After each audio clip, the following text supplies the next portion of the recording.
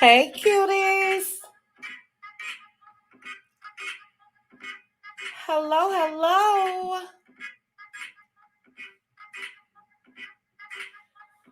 I'm back. Barely. Okay. Barely. But I missed you guys. Thank you guys so much for joining me. If you can please hit the like button for me on your way in, that would be great. Let me put up a little banner. Let me grab some Kleenex. I don't know why it feels like it's been forever. Okay. I struggled in a members only live Friday. That was the last time that you guys have really heard from me. I don't know what's going on, but it's not the you know who, the big C, but it's something, child. It is something. But again, thank you guys so much. I had to try to get some normalcy in my life today. Thank you, let's be clear. I won't overdo it, but this was not the weekend. Ooh, child. This was not the weekend for me to get sick, okay? I was going to be fast. Oh, yes, I was. And yes, I still shall be. But, you know, with the hot topics, with the Diddy and Cassie and all of that's been going on. And, yeah, I was silenced, okay? I didn't want to come out here sounding like a tenor in a choir. So I had to sit on some things, but we're going to make up for it. I do plan on doing some power hours throughout this week before the holiday. I know you guys will be busy with family and cooking and all of the above. If I can get a little better, I may hit that road and go ahead and see my brother and family. I don't think it's safe for me to travel outside the country like I wanted to do, just for 2 days, but no, not with this. But we'll see. Anyway, I missed you guys. Oh no, May, June, July, you're under the weather as well. We're going to have to talk about this May, June, July, because I didn't used to get sick like this before I got that you know what a couple years ago. So my nurses that are Cutie Crew members, maybe I'll put up a post. I'm trying to see. I don't do the flu shots, but I need to know if I need to, because this is the second time in a couple months that same symptoms. Anyway, we are here for a Love in Maritinsville season 6, episode 25 recap.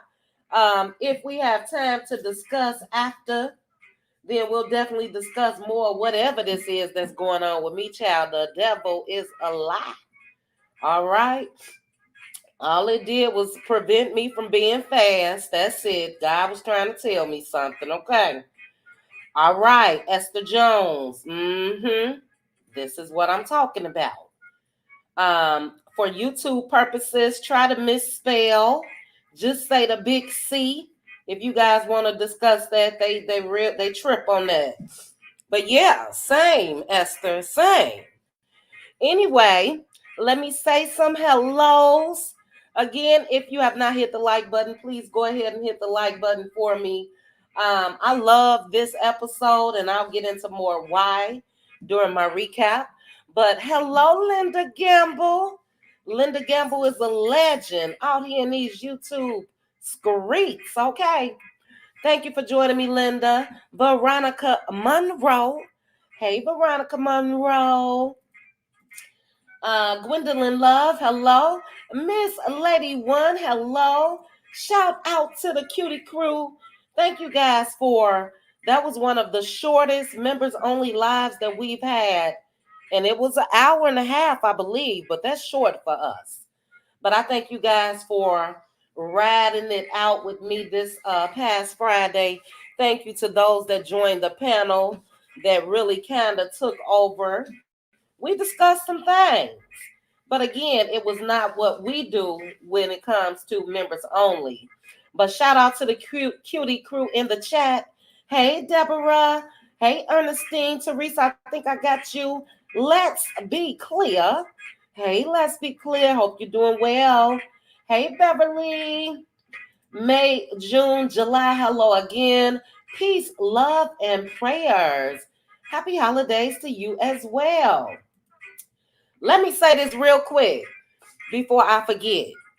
And I think I wrote it in my notes, but I didn't watch the episode until today. There go my nurse. Hey, sis, Deshonda. Um, I didn't watch the episode till today. So somebody put on my post, I think it was yesterday, get well soon, little buddy. And child, I was about to cuss him out. I was like, now why would they put, it was a member. It was a cutie crew member. That's the only reason why I say something. I'm so glad I didn't, because I found out what that little buddy is all about. And we shall discuss. But yeah, cracked me up. Hey, Scorpio 15. Hey, Titi. Hey, you too cute. Pink Table Topics is in the house. Hey, sis. Thanks for joining me. Yes, my sis said, thanks for joining us. We're glad you stopped by on your way in or out. If you didn't do so already, please hit the like button. Texas Belly, Texas Belle, yes, ma'am. Called me little buddy child. Baby, they was lucky I was under the weather because child, my finger was on that keyboard, ready to say, what? Little buddy. Baby. But I'm so glad I waited until I saw the episode, and now I get it. Hey, you too cute. Ladorn. Hey, sis. Hello, hello. Yes, let us know what you guys are doing to prep for Thanksgiving. I probably will be hitting the road, most likely 90% at this time. I wish I could fly, but anyway. Hello, Anuni Cat, Miss Tina, Nikki K. Hayes, Cricket in the house, Terry T. Baby Davis. Hello again, Texas Belle. Cheryl Canada, hello. I'm trying, Cheryl. If I didn't miss you guys are like family. If I didn't miss you guys the way I did this weekend, I probably wouldn't even be on right now. Yes, it's Tay. Hello. Deborah Jackson. I had a Deborah earlier. Hey, girlfriend Chronicles. We had that Cassie and Diddy live last week. I really wanted to. Hey, Megan. Hey, Cookie from the Shy. I really wanted to continue that Saturday morning, but it's some things that's still coming out that I still want to discuss, but I got some issues. I'll say that right now. For the silence of the men in the industry, or if they are speaking up, it's speaking against Cassie. And until I go live about that, let me just say this. Yes, Cassie took a settlement, but Diddy definitely had enough money where he could have made sure her pockets were empty had he wanted to fight that. That speaks volumes. That speaks volumes. So there wouldn't have been no settlement if Diddy didn't settle. So I don't get how they trying to blame Cassie. Diddy and his high-powered lawyers, Cassie would be broke on Skid Row if Diddy would have fought that. So let that register. We'll talk about it because, yeah, these men something else, child. Hey, Louisiana chick. All right, guys. If I did not say hi to you, my apologies. I don't want to overdo it since I'm still under the weather. I have a humidifier going with eucalyptus in the air. I got a bottle of Voss water with electrolytes and all of this mess, enhanced minerals. I got a tumbler full of Theraflu with lemons and honey and all that good stuff. I got cough drops in front of me. All of the above, just so I can come live with my cuties. So again, I thank you guys. I'm gonna go on mute for 2 seconds so I can blow my nose, child. And then we're gonna get started. 1 second.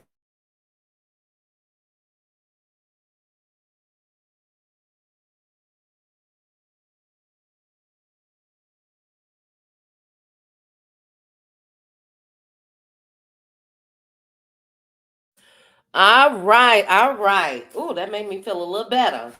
First of all, um, oh, I can't say it. I want to say it, but I can't say it. But go to Melody Cherie's stories if you have not. If you have not, please do.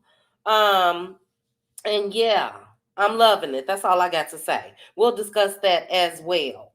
But let's go ahead. Thank you, LaDawn. LaDawn, I just want you to know I'm going to be making you a mod. If you have any issues with that, let me know. But LaDawn, after this live, sis, I plan to make you a mod. Thank you so much, LaDawn, for your support. Thank you to my cutie mod, Pink Table Topics, also known as Pink Diva. If you guys are not following Pink Table Topics, please make sure to do so. I see Classy Sassy giving you the 411 in the house. Hey, Classy Sassy. All right, but anyway, guys, let's go ahead and get started before I don't even have a voice. And if I'm doing well enough, I'm definitely going to drop the link after I'm done to hear you all's thoughts. I can honestly say I have been doing a YouTube binge, but it hasn't been this sector. So I haven't seen any content creators or anything since Friday. I've been on my regular page binge watching about Tasha K. Chow, all the other little gossip tea pages as far as this stuff with Diddy and all of that. So yeah. So I haven't been able to hear any of you that hit the panels. But let's go ahead and get into my recap. This is again Love and Marriage Huntsville season 6, episode 25. And I just want to say I did not understand the title of this episode. So I didn't even put it in my title. A stormy is brewing. For me, excuse me, I didn't get that because, it really wasn't too much about Stormy. So what was brewing? Stormy, and I'll get into a little more of this, spoke on her business. But Stormy was really involved in what was going on with Kiki and Tiffany. So how was it a stormy is brewing? Okay, LaDawn, thanks, sis. But anyway, this was a continuation of the Fletcher's family dinner. And I just got a question for you guys. Hey, good, bad apple. I can't even say it like I want to. One of my ears is stopped up. Yes, Terry T. Baby. Let me stop looking at this chat. You guys, we'll have to discuss all that good stuff once I get finished. But it was a continuation of the Fletcher's family dinner. And I love the Fletchers. Let me just say this. But is Lexi, the black sheep of the family? Can somebody let me know if you got those vibes? What's wrong with Deshonda? I gotta turn this phone off. Oh, sis. Okay, I'm gonna reach out to you, Deshonda, when we get off. Oh, okay. I gotta stop looking at the chat. You guys had me worried, talking about take it easy. Who chat? Okay, let me turn this phone off. I'm turning the chat off, so mods, please zip or zap or whatever you need to do. But anyway, do you think that Lexi is the black sheep of the family?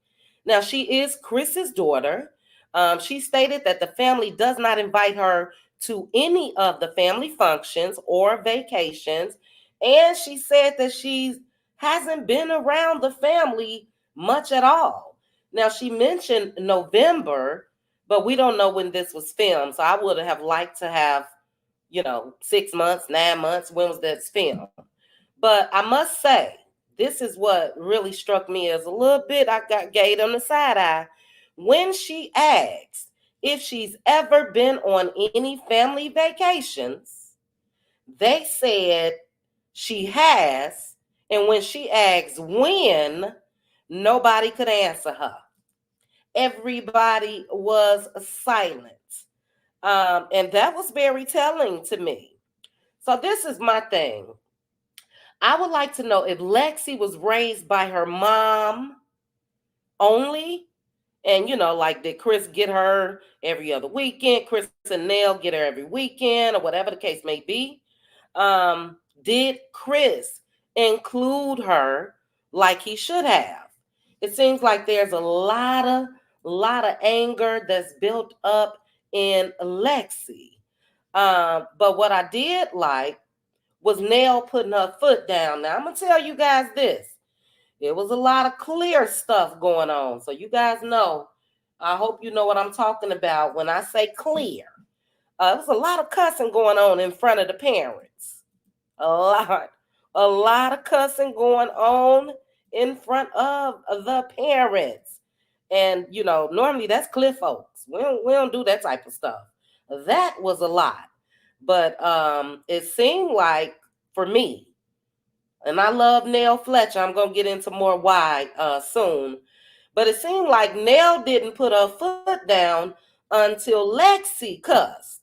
But I saw the other daughter cussing. They was calling people biatch and all of this. And I don't know.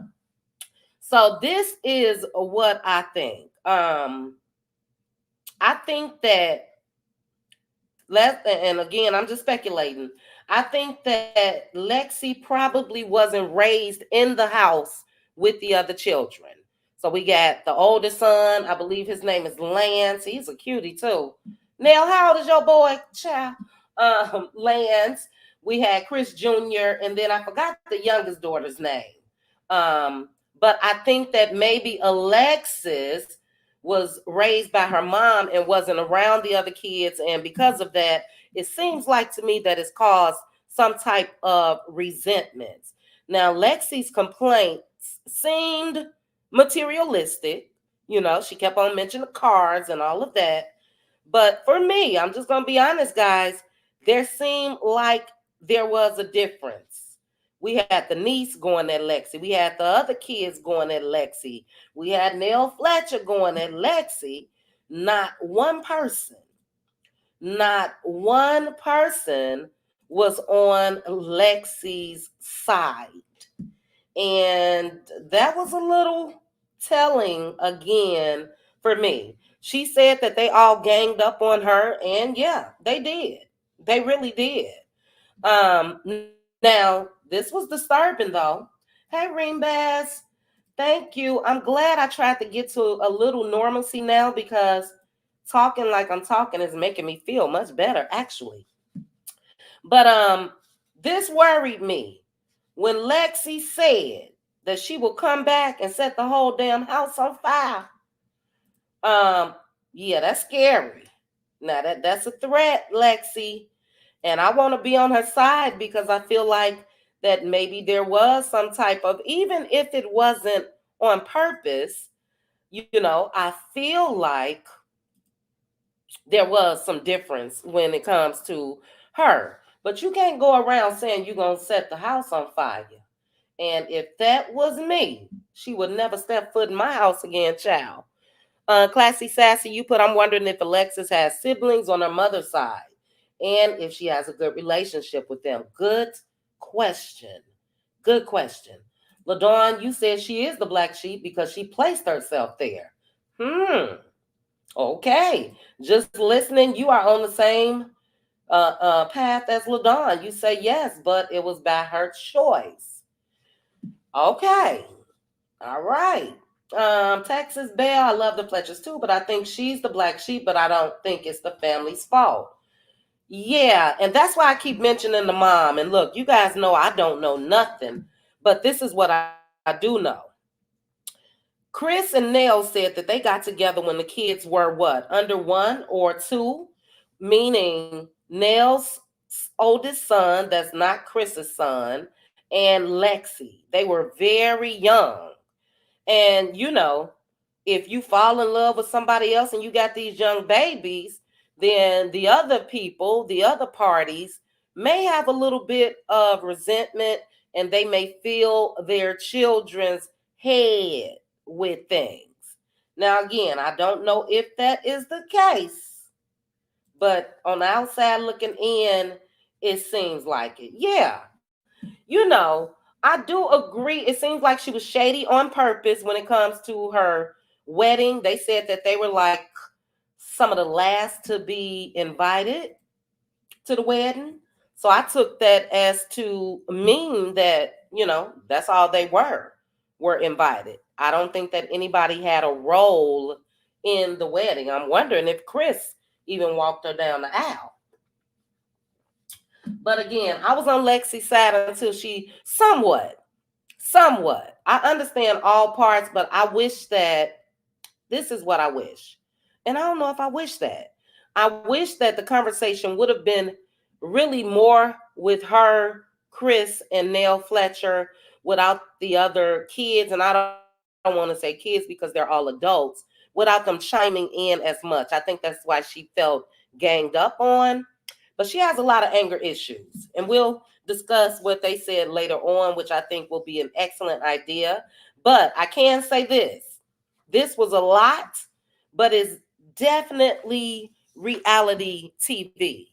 Absolutely reality TV. And what I hope is that they are able to showcase this family more going forward on Love and Marriage Huntsville without the family breaking up. So I don't want to see reality TV play a part in, you know, putting family on blast and all of that. I hope that they can all come to a resolution, and I'm hoping that that's something that we would be able to see. But what's next? What's next? Next up was an okay scene to me. Next up was Stormy and Courtney. And I'm going to read a couple of you all's comments as well. Deshaunda, you put, I think Lexi might have been raised by her mom, and I think Chris might not have included her as much as he should have. See, I feel that way too. Judy, she was very disrespectful. I agree. But look, there was some disrespect from the other ones as well now. If you old school like me, even being grown, I did not cuss in front of my parents. If I made a mistake and said shit or something like that, it was excuse me, mama, or excuse me, daddy. We don't do that. So I took that as disrespect, and disrespect is disrespect to me. But yeah, she was a little over the line with it. She was. It's too much cussing. Yes, yes. Where they do that at? Really, Texas Belle? Nell is a firecracker. Do you hear me? This generation feels entitled. My nieces act like her. They swear me and my family is not good to them. Baby, tell me about it. I could write a book about it. Yes, ma'am. I peeped that and they didn't even get checked. Yeah. So is that a wealthy thing? I call it a clear people thing, but not all clear people are wealthy. So let me not even say it like that. But that was odd to me. That was odd. All the cussing, and you can tell that it's normal behavior. The parents didn't flinch. The parents didn't say, watch your mouth, who you don't do that. Don't say it was normal. And hey, it's their life. Yes. Thank you, Miss Tina. Now I see your comment. You saying the same thing. Sounds like it's their norm. Absolutely. She did. She did cuss at Nell, and that's the difference. The other kids, adults, young adults, whatever, they were cussing at Lexi, even though they were still cussing in front of their parents. But Lexi did cuss at Nell, and that's why Nell said, "You not gonna disrespect me in my home." So anyway, we'll talk more once I drop the link. Like I said, I don't want to burn my little voice out here. But let's go ahead and get into this scene with Stormy and Courtney. Stormy is really, really busy, according to her and Courtney, with her business. And she's also busy being a peacemaker when it comes to this show. Now, I say if she's busy being a peacemaker, that's something she can fall back on. That's by choice. Unless the producers put her up to being this mediator when it comes to Tiffany and Kiki. Um, at this point, it would only be Stormy or Mel that can really be unbiased when it comes to anything Kiki related, in my opinion. But it looks like Stormy is trying to prevent them from having a real beef. I did agree with Stormy when she said that Tiffany is a Karen. Absolutely. But she was letting Courtney know that she's going to be inviting them over. Courtney joked and was like, "Look, I'm putting my foot down. You can take them out there in that pasture somewhere. It ain't going to be no drink throwing or none of that up in this house." And that was funny to me. He did not want a repeat of that splash that happened to Letitia at Maurice and Kimmy's house. But they also spoke as far as how crazy it's been when it comes to their business. And they said that, they've been up and down, but they're finally getting up out of that rut. Stormy was proud to have made it out. And she said that they had to weed out a lot of the snakes. So you guys know that they mentioned fraud and forgery and all of this other stuff. And people on social media was asking if it could have been Junior, the cousin. But evidently it's not, because Courtney let Stormy know that he's hired Junior back. Stormy was a little worried. Are you sure you want to do that? Are you sure you're going to be able to keep it under control? And he said that he will be. So I guess that they are like, Junior and Courtney. What did Stormy say? Big brother, little brother. They got that type of relationship, even though that's her cousin. So I know a lot of people may feel different, but I like Stormy and Courtney's dynamic. I really, really do. I like them as husband and wife. She's the brain of the operation. He's the brawn. She even said that when it comes to the him hiring Junior or whatever, that's his lane. She gonna stay out of it. But yeah, I just enjoyed their little scene there. Again, for me, it's a filler scene. But if we're being real, this is Love and Marriage Huntsville that started off based on love and marriage and businesses. And they do have that. So, it wasn't, it could have been more, you know what I mean? But, it is what it is. It was an okay scene for me. Still filler ish, but I will take that. Believe me, I will take that over the Scots any day. But let's go ahead and get into this next scene, child.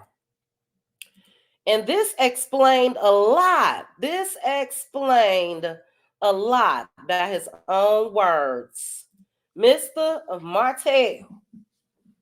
Mr. Martell. Moving out the house like a thief in the night, child. Like a thief in the night. So after 8 months, Martell has finally found him another place to stay. And Martell said he has another realtor friend who helped him with this one. And I'm sorry, that realtor friend must not look at the show, because ain't no way in the world I would have got involved with Martell when it comes to him moving in somebody else's house again after all of this. But we saw Montez, Martell's brother, Martell's uncle, and all of them helping Martell to move. I guess this was before Montez got locked up. I don't know if is he still in there. I'm gonna start some of you all's comments. Is he still behind bars? Um, because last I heard that he was. But Martell said that he was having surgery. This is what was telling. So he was telling Montez that he was happy that he found a place, happy that he can go ahead and get moved in because he will be having surgery to have bags removed from under his eyes. So do you guys remember when we kept saying that, ooh, child, Martell just, ooh, child, all of this. But do you guys remember when we were saying that he looked so different? And, age is kicking his behind, his lifestyle, I think. Yes, LaDawn, we're going to talk about that. I'll start that. That's more than anything. But Montez told him something like, yeah, there you go, working on your face. And Martell, we all say that you really need to forget working on the outside and try working on the inside. But Mr. Man has surgery. I don't know if this was before, but everything, what's going on. Like normally Martell has a clean, how guys that go bald when they don't shave, all of this grows around the side like little bozo-ish. And it seemed like he went to his confessional like that. Child, what's going on? But that is the reason why Mr. Man, I believe, is looking a little different. A little different. You guys know, do I have that other picture right here? I don't. But yeah, anyway, surgery to remove bags. And I say leave your face alone because sometimes it can make it worse. And that's what it's looking like to me. I'm sorry. It's just a big difference in the appearance of Martell from when he was with Mel Child. Ooh, child. But anyway, Martell calls Chris Fletcher on the phone to let him know that he is finally moved out or in the process of the phone call of moving out. And what was so funny was Chris jumping for joy. Chris was ecstatic. He was like a little kid. And I bet you Chris Fletcher said never again. Again, it's been damn near a year after Chris told Martell that he had to go. And, Martell just stayed. He said that even in his confessional, he kept saying he wasn't moving until he found a place. And it's the entitlement for me. Forget the owners, forget the people that want to buy the house, forget the process, forget your friend that did you a favor to put you in the house. You ain't going nowhere. Nowhere. But anyway, they briefly spoke about his interaction, Martell's interaction with Nell Fletcher, and I felt that that wasn't good enough. And I was glad to see when it comes to the previews for next week that he and Chris will talk further about that. But that was basically that on that. Martell is just martelling. And yeah, he's out of them people house and now into another house. So that is what it is. Next little scene, and I am going to get to you guys' comments. I just want to get through this recap. But this next scene, I loved. It was cute. And I want you all's thoughts as far as, because we didn't see any of the Scotts this episode or last. And for me, this has been a lighter Love and Marriage Huntsville for the past 2 weeks. But naturally, I love this scene between Nell, Lord, I always get Nell and Mel from saying them both. But I love this scene with Mel and her best friend, Brittany. Now, those of us that follow Mel on social media, we've seen Brittany before, but it was just I was just happy to see Mel and one of her peeps in a full scene because this lets me know how it would be if more of Mel's friends and family were on board to starring on this show. I think this is the direction that we need to see Mel go. Number one is away from Martell. Okay. And then it will give us a chance to go into more of her personal life and all of that. But Mel felt some type of way because Brittany missed her doggone name changing ceremony. Okay. And she was pouting just like a best friend would. And it was just cute to me. Um, this is where I say I was confused at first about whoever that was. One of my subbies said, "Get well soon, little buddy." But this is where little buddy was mentioned. And I cackled when Mel said that about Martell. So that's where it came from. But anyway, she was telling Brittany, how they were there from the start with each other. They were college roommates. Brittany was there when she met Lil Buddy.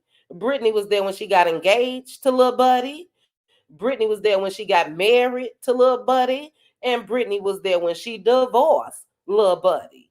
So she just wanted her girl there at the ceremony. Brittany understood. She said she had her niece's sweet 16. That's the only reason why she missed it. But she suggested, what can we do? What can I do to make this up to you? Let's have some other type of ceremony. And that's when Mel said, and I would really love this, that she would love having Brittany being a part, being a part of her finding love again process. So I would love to see that right here on this show. I don't know how you guys will feel about it. And I definitely don't know how Mr. Martell would feel about it. And I'm not just saying this because I'm a male supporter, but I don't think that what Martell gives is enough. And I think that Carlos needs to do a test season. Test the waters. Let Martell sit out for a season. Let the Scotts sit out for a season. Introduce some more people. Let the Fletchers stay. Let Stormy and her husband stay. We already know, and we'll get to that soon, that Tiffany is out of here if she want to save her marriage. But I would love to see a new direction, and I just love this scene. So anyway, that's that on that. Cute scene between girl friends. I love the playfulness of it. And yeah, it was giving black girl magic, okay? Let's see here, guys. The next scene. Let me say this about Chris Fletcher first. Chris Fletcher, for me, is the definition of happy wife, happy life. Hey, Jamie. Hey, Tyra. Happy wife, happy life. You know, I don't know if it had anything to do with Chris stepping out before. Very, very good interview that they gave with Carlos King, and I want to discuss that in another video. I'll just do a video on that, probably not a live, but yeah, they discussed a lot. And I was just shocked at the time frame. But anyway, I don't want to give too much of what I want to say about that. But yeah, happy wife, happy life. But Chris went up to Nell Fletcher's business and he wanted to discuss the family dinner, mainly Lexi. And for me, and that's why I made sure to put these two pictures together, you can see the pain in both of their eyes, especially Chris, even Nell, Nell said that she gets the short end of the stick. And I'm just going to say, guys, I think that Lexi's mom may have had something to do with that. I don't want to dig too deep in these folks' lives, but 9 times out of 10, that's what happens. And unfortunately, when a relationship ends, for some people, the parents or the one that probably didn't want it to go that way, they fill their kids' heads up with stuff. But anyway, the They also spoke on how the kids feel when it comes to Nell. They say that she pops off, that she's negative, and basically she just don't give a damn. And Chris's approach is different. And for me, maybe because I can see it in my parents, I think that that may be typical. You know, the moms basically they deal with more, and the dads can be the cool cats, the laid back ones.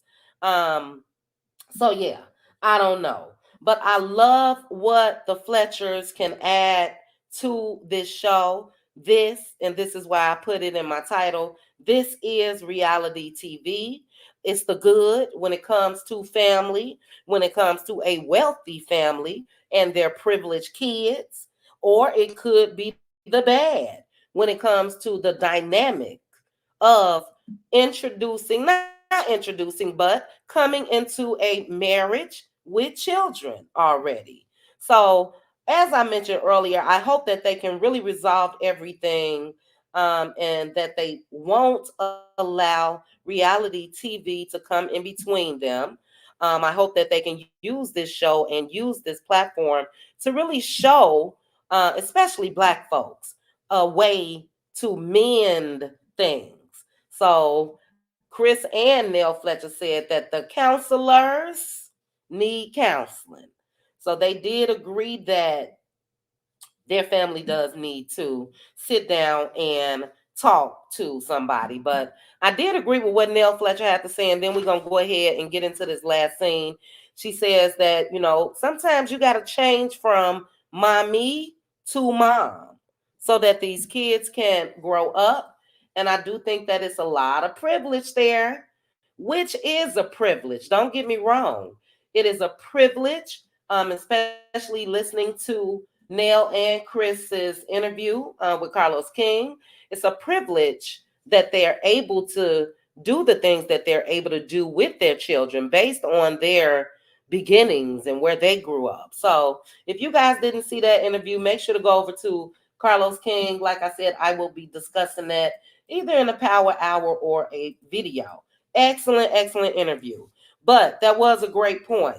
You got to stop babying these kids. You got to let them get on up out here and live life and grow up and bump their head.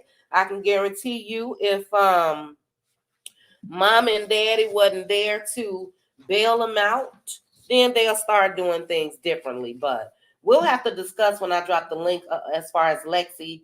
Like I said, I feel like she is the black sheep of the family. But a lot of you guys say that that's by her choice. I think Mel already have a new boo that she met in Paris. Where you get that from, Judy? That she met in Paris? Okay. Little buddy. Oh my God. Ooh, child. Misty. I can't even highlight that child. All right, guys, real quickly. 430 people watching. Thank you guys so much. Thank you, baby girl. I'm getting better. Yes, ma'am. Oh, I did forget that. And I had that written down when she said maybe it's time. How did she say it? But she did say international for JJ. And I wrote it down. Hold on. Well, these are typed up notes, but let me go back to that scene. Let me go back to that scene. Let's see. Okay, so what I put down was it was a cute scene. I already said that, but I said Mel cracked me up when she said this might be international for JJ. After Brittany said that, you know, they don't really want to do nothing as far as dating from Huntsville.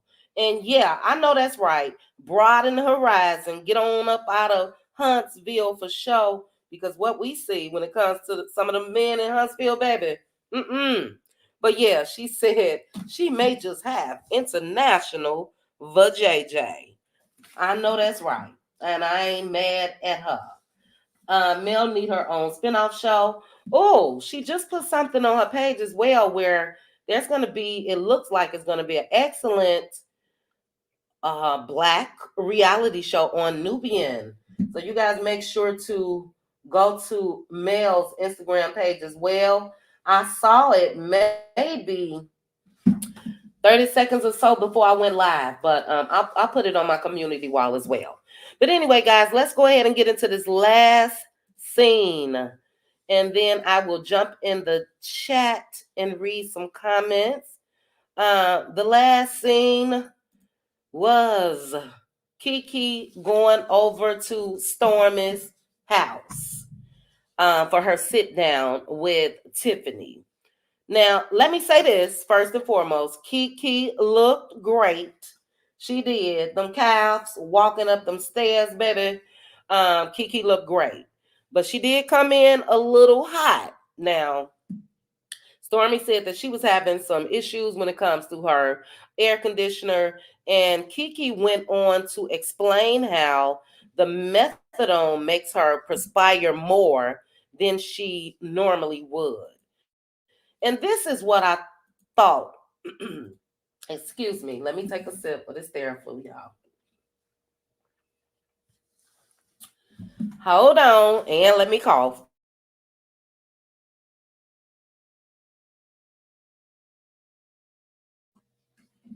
So this is what I thought when Kiki went on to start explaining. And we talked about this before. This show for me does not do any justice when it comes to Kiki and her treatment and the side effects. It just does not do justice.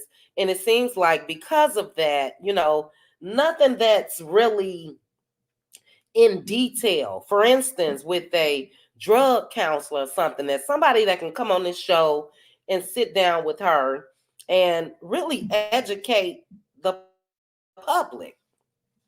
Hold on again, guys.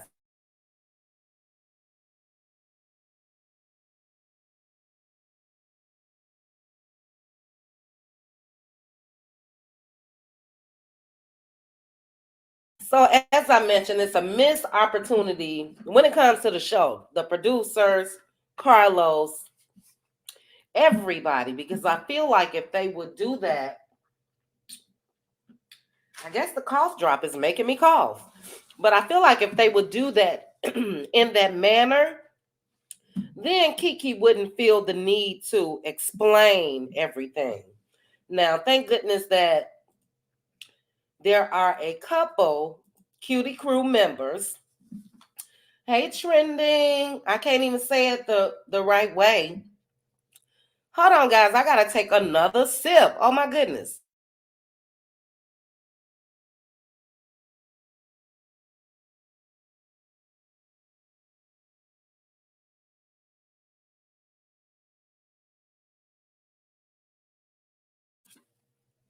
And I'm going to have to ask Deshonda about these doggone symptoms, child. But hey, trending. I have to catch my breath to even try to say it the correct way. But anyway, I feel like if they had somebody to come down and film with Kiki, then we wouldn't get Kiki over explaining to me. I get why she does it because she don't want people to talk about her behind her back. So she probably didn't want Stormy to say, "Oh my goodness, Kiki came and she was sweating and blah blah blah." So she took that opportunity to tell her why. So yeah, missed opportunity. Based off the comments online, people have been very, very cruel.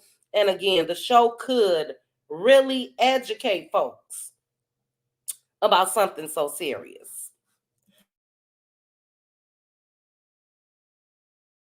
But they spoke on what's going on with Kiki and Tisha. And Kiki basically said nothing, that it can't get any better. She asked Tisha Block. Kiki said that she's the one that brought Tisha along. She brought her to Huntsville.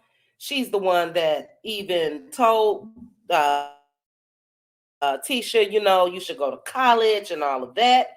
And she's feeling some type of way because they have never really properly acknowledged that, giving Kiki her props. And for me, that's not shocking because we know that basically they've done the same damn thing when it comes to Melody Cherie.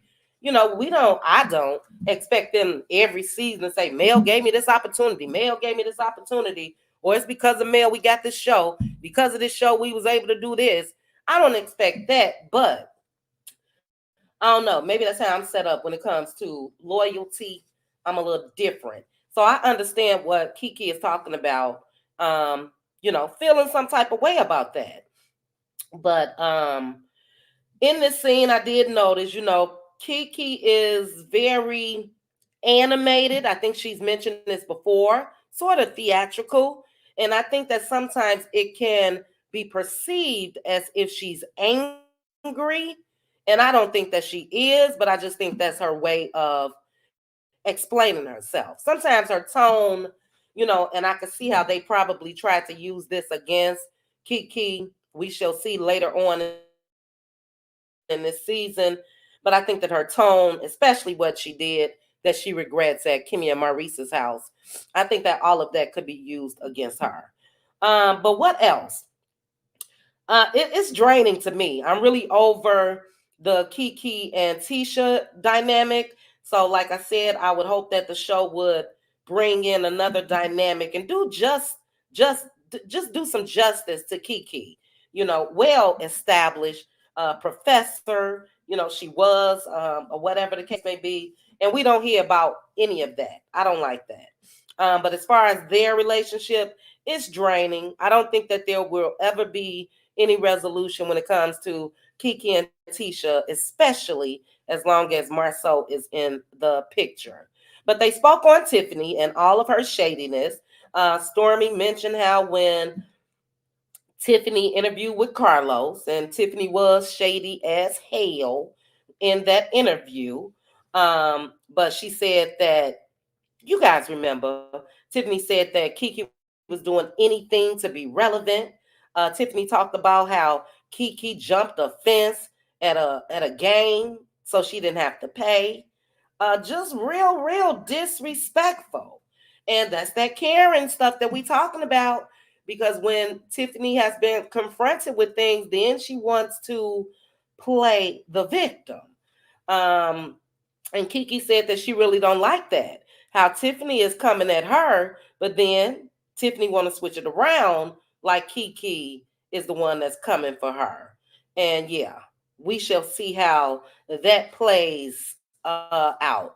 So that's how this scene ended with Tiffany showing up with that baby snap had that baby snapped on her chest, child, to make sure ain't nothing gonna jump off. Ain't no drinks gonna be flying as long as I got my baby wrapped up and attached to me. And I think that Kiki peeped game because she said, there's a baby. So we'll see how that turns out next week. The conversation will continue. Next week, we will also see Martell and Chris and their talk. I'm going to tell you right now, I did not like what Mr. Martell had to say. And I promise you, if Martell gave us something to talk about in a positive way, I think that we would. But for him to say he is not into a woman disrespecting a man, Negro, please. So, that's that high value man complex that a lot of these Negroes got. And yeah, he feel like Nell was out of line for him yelling at her. So we'll see that next week as well. Then we will see again next week, child. We back to the made up storylines. We back to the made up storylines. The Scots are back. So we will see that Tisha is trying to act like she could be pregnant. Made up storylines is fake. Y'all can go ahead and keep them on off this show if what they gonna give us is going to be made up storylines. Because y'all know that's not real. Kimmy playing along with it. Well, didn't he have a vasectomy? They got nothing to give. So keep them on off the show.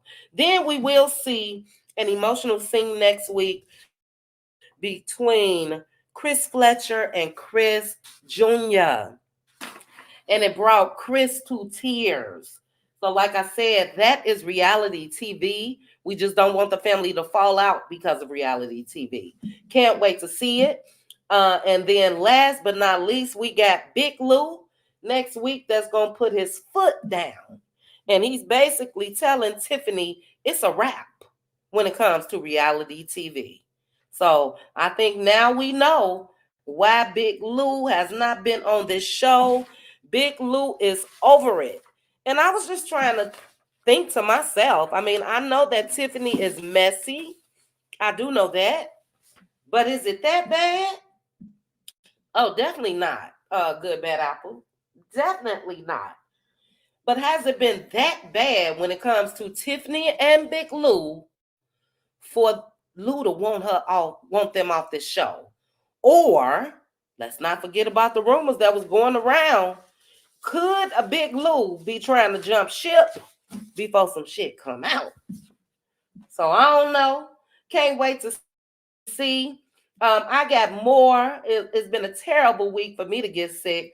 I am watching Married to Medicine. Want to discuss that. Real Housewives of Potomac. Want to discuss that. All these hot topics.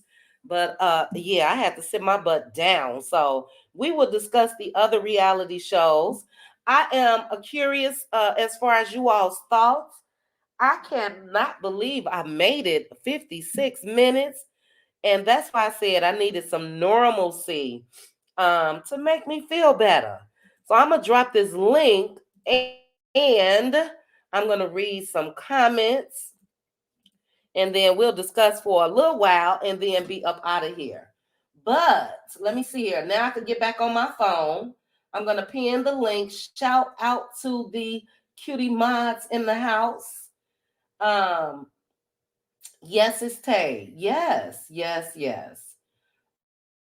That's true too. Okay, so I'm gonna start from the bottom and go up as far as you all's comments. Let me go on mute real quickly and blow my nose. So hold on, guys.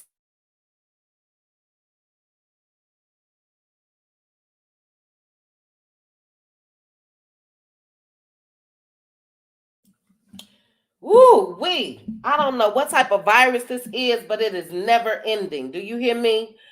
All right, so we're gonna go ahead and get started. I see a couple people backstage. I promise you guys I'm coming, so just stay right there. Let me highlight some comments so we can read them. Thank you. Who is that? Thank you, Jeffries Anitra. She hit the like button on her way in. Thank you, thank you, thank you. All right. Uh-huh. Okay, I'm highlighting. Hold on. I see two of my cutie sisters backstage. I'm coming, guys. No, I didn't either. All right. So I will read, and Tisha knows there. Yes. Made up, sis. Just like I said. Fake news in 45 voice. Fake news. But is this my good, bad apple? Good, bad apple. Good, bad apple. Are you there? All right, we're going to go to LaDawn. LaDawn, is this you? Yes, ma'am. Hey, Chit Yes, Chat. Thank you. I'm honored. you are. Oh, you are welcome. I'll do it as soon as I get off, okay? But I appreciate you, sis. I'm So, sorry. I forgot where my mute button was. child, I'm going to I'm kick like, your is this my butt. good, bad apple? Are you there, child? All right. But yes, again, thank you, LaDawn. And then we're going to go ahead and get started. Now, LaDawn, Good Bad Apple was first. Good Bad Apple, what did you think about the episode? Oh my, Nell disappointed me so much. Nell Fletcher? I was rooting for her. Like, I wanted to, like her. I wanted to, mm, I What just, was it? The family she, dynamic? yes, I don't like that. I don't like that. Her behavior, like, I don't like it. Mm-hmm. Like, she, when it was two things that really bothered me, but I mean, bothered me. Okay, well, no, more than that. Okay, because she allowed her daughter Mm. to call that girl a bit Mm, a bitch. I mean, I'm sorry. a I was biatch. trying to reword that without saying the B.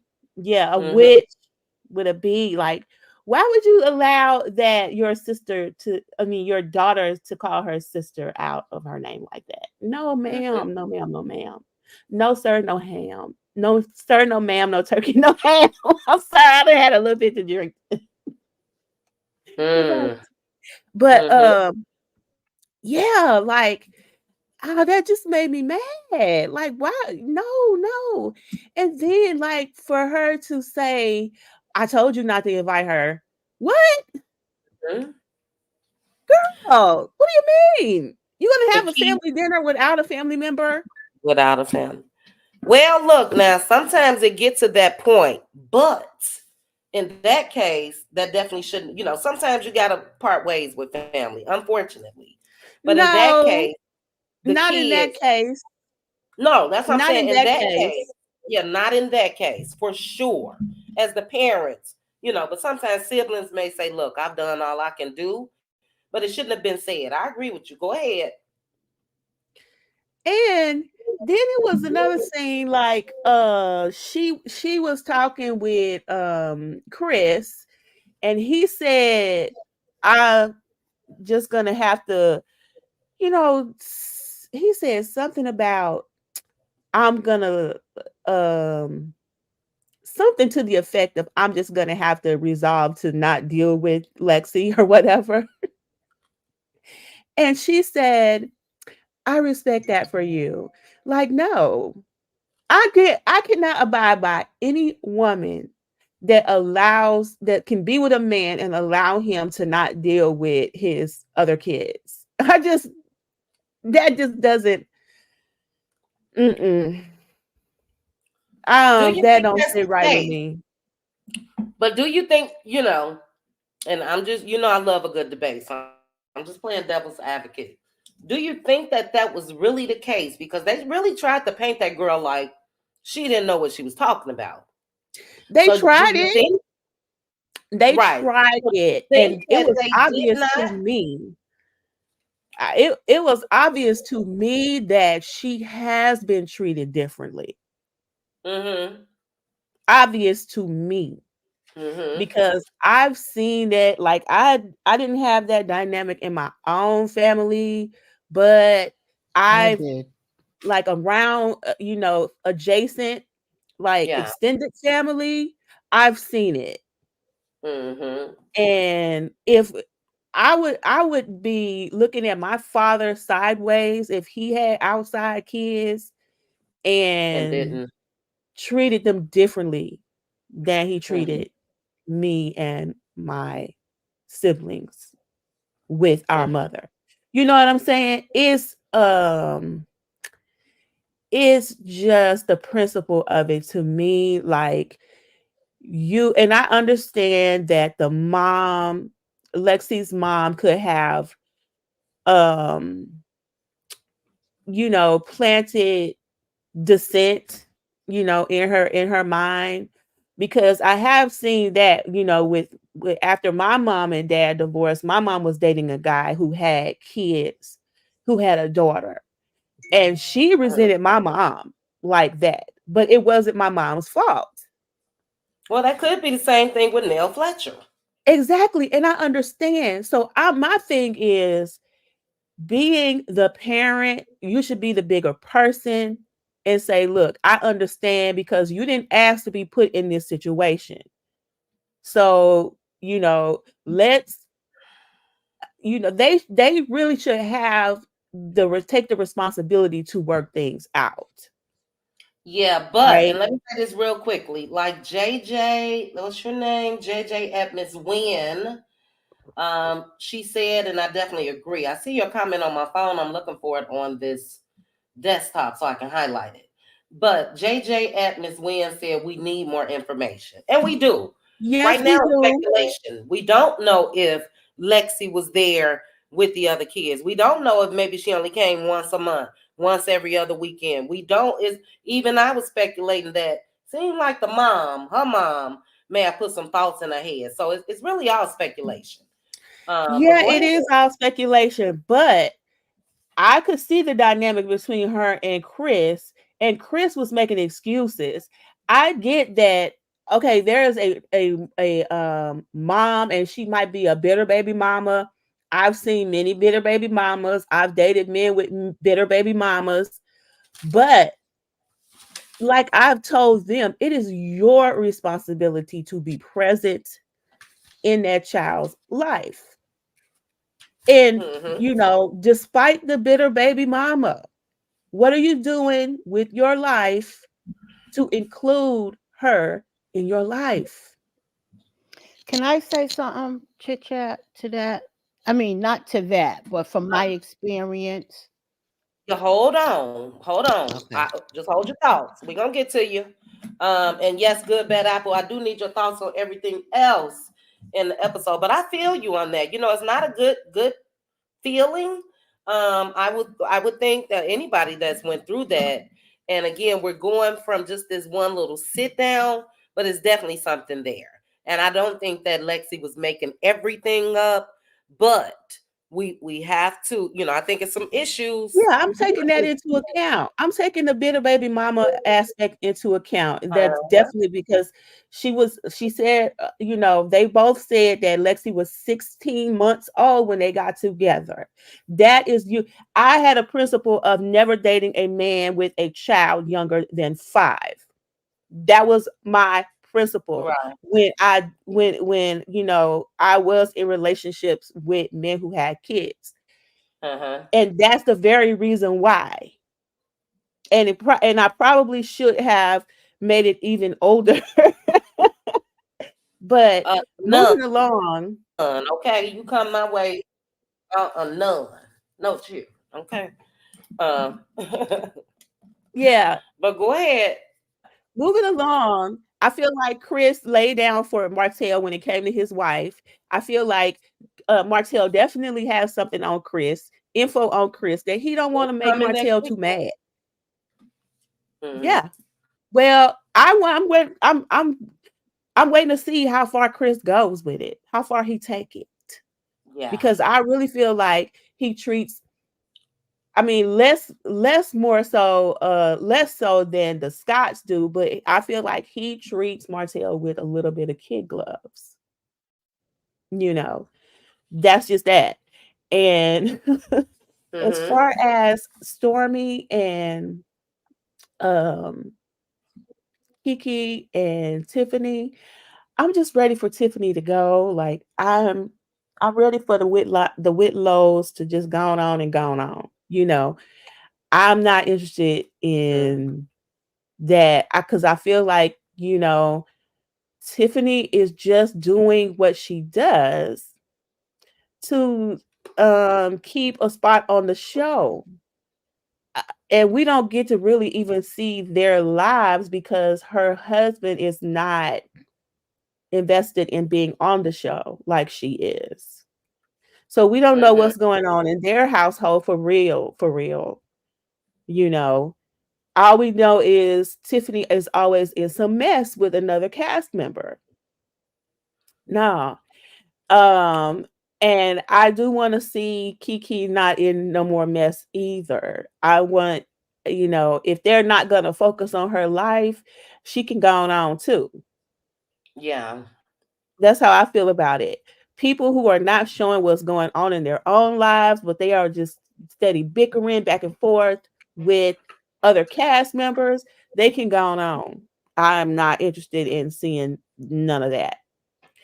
But as far as Stormy's, her and Courtney talking about their business, I really feel like a lot of that is scripted too. It was said on another content creator channel that Kyle, the COO, is a paid actor,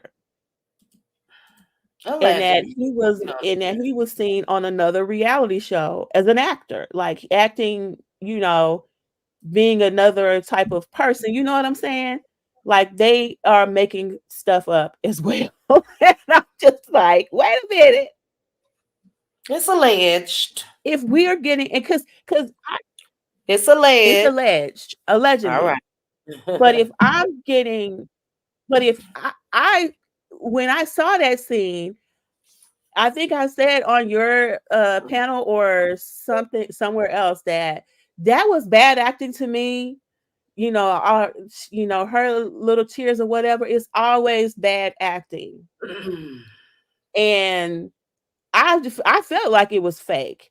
And then afterwards, it comes out that this person allegedly is an actor. They're not really a COO. They're not in no type of business or whatever, and he's been on another reality show with doing scripted scene or whatever. Like, nah, girl, going on with that.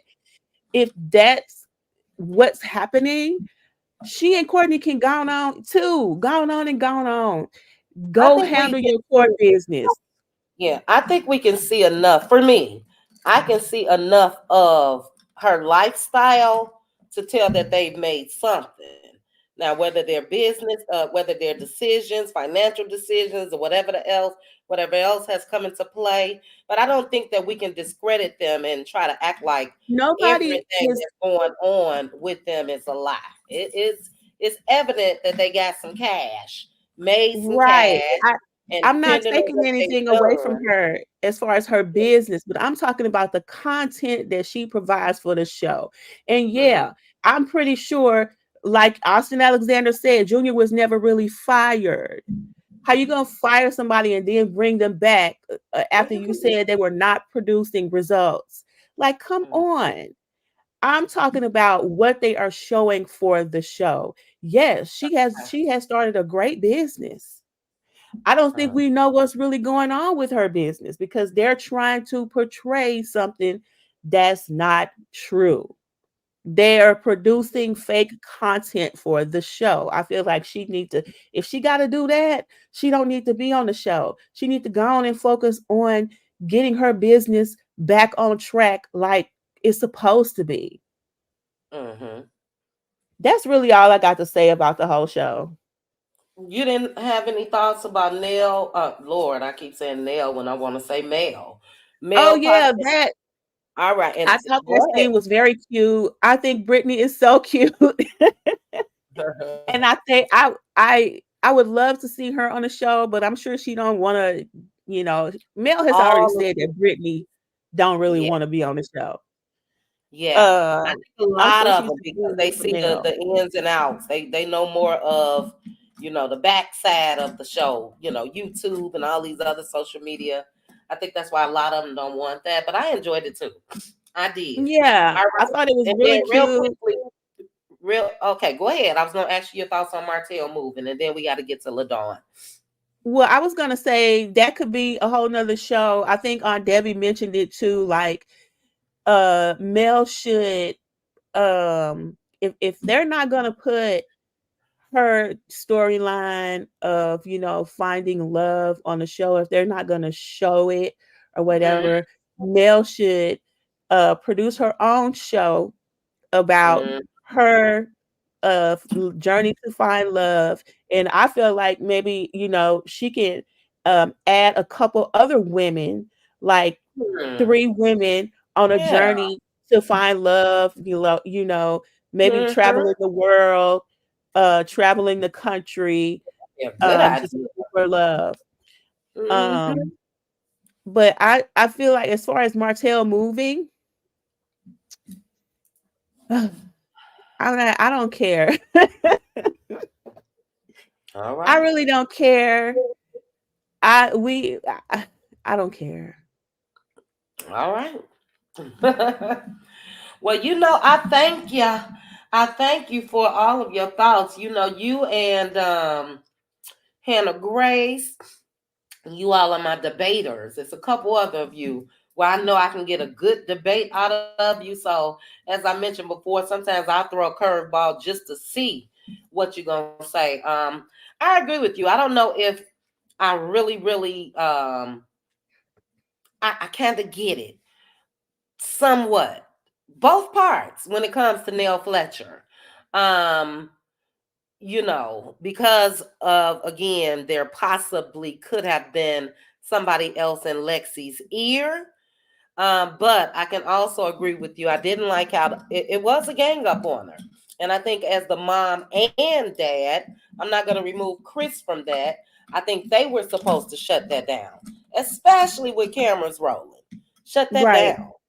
Right. Shut that down. So don't call it that. You shut up. What's the oldest one's name? You can shut up down there. Chris Jr., you Lance. be quiet. The niece, you be quiet.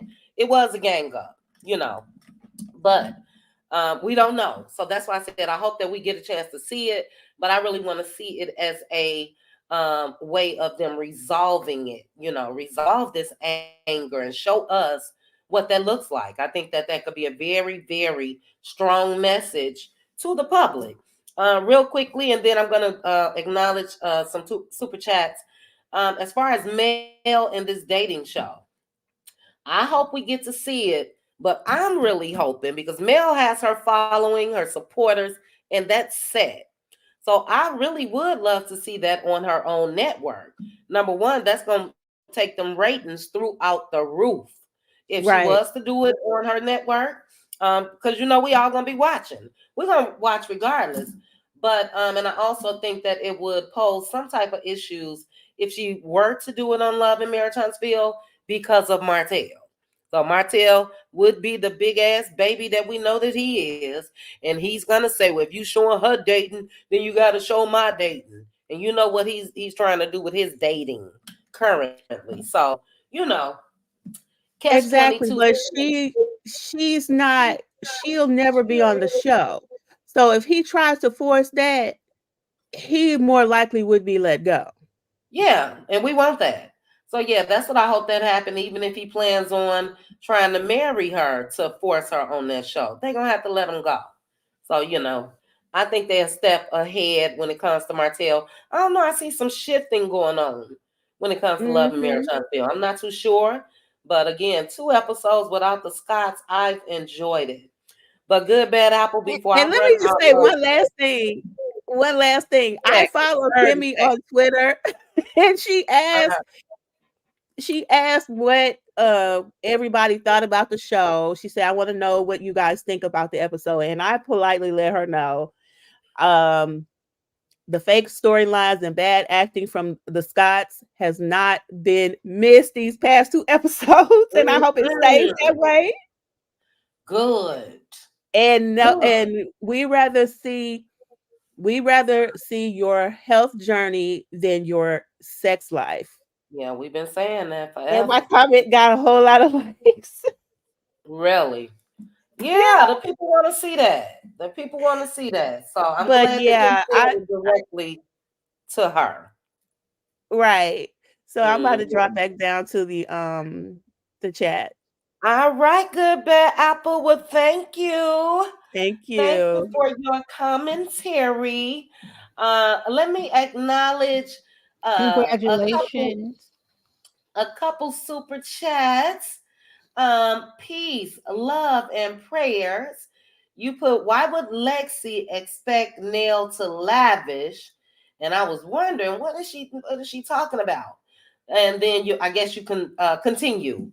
Nell said that she gave Lexi 22K towards a car. Chris doesn't shower the kids like Nell. Nell said if it was left up to Fletch, they wouldn't be spoiled. She did say that in their sit down. That's a lot of money. That's not no hoopty hoopty. That Lexi was trying to act like. Yeah, $22,000 for a car. So great point. Thank you again. Peace, love, and prayers for the super chat. And Teresa Wright. Thank you, Teresa, for the super sticker. Let me see if I can find my little OJs. I'm rusty at this. Okay, here we go. Thank you guys. Plenty dollars. Plenty dollars. Can we get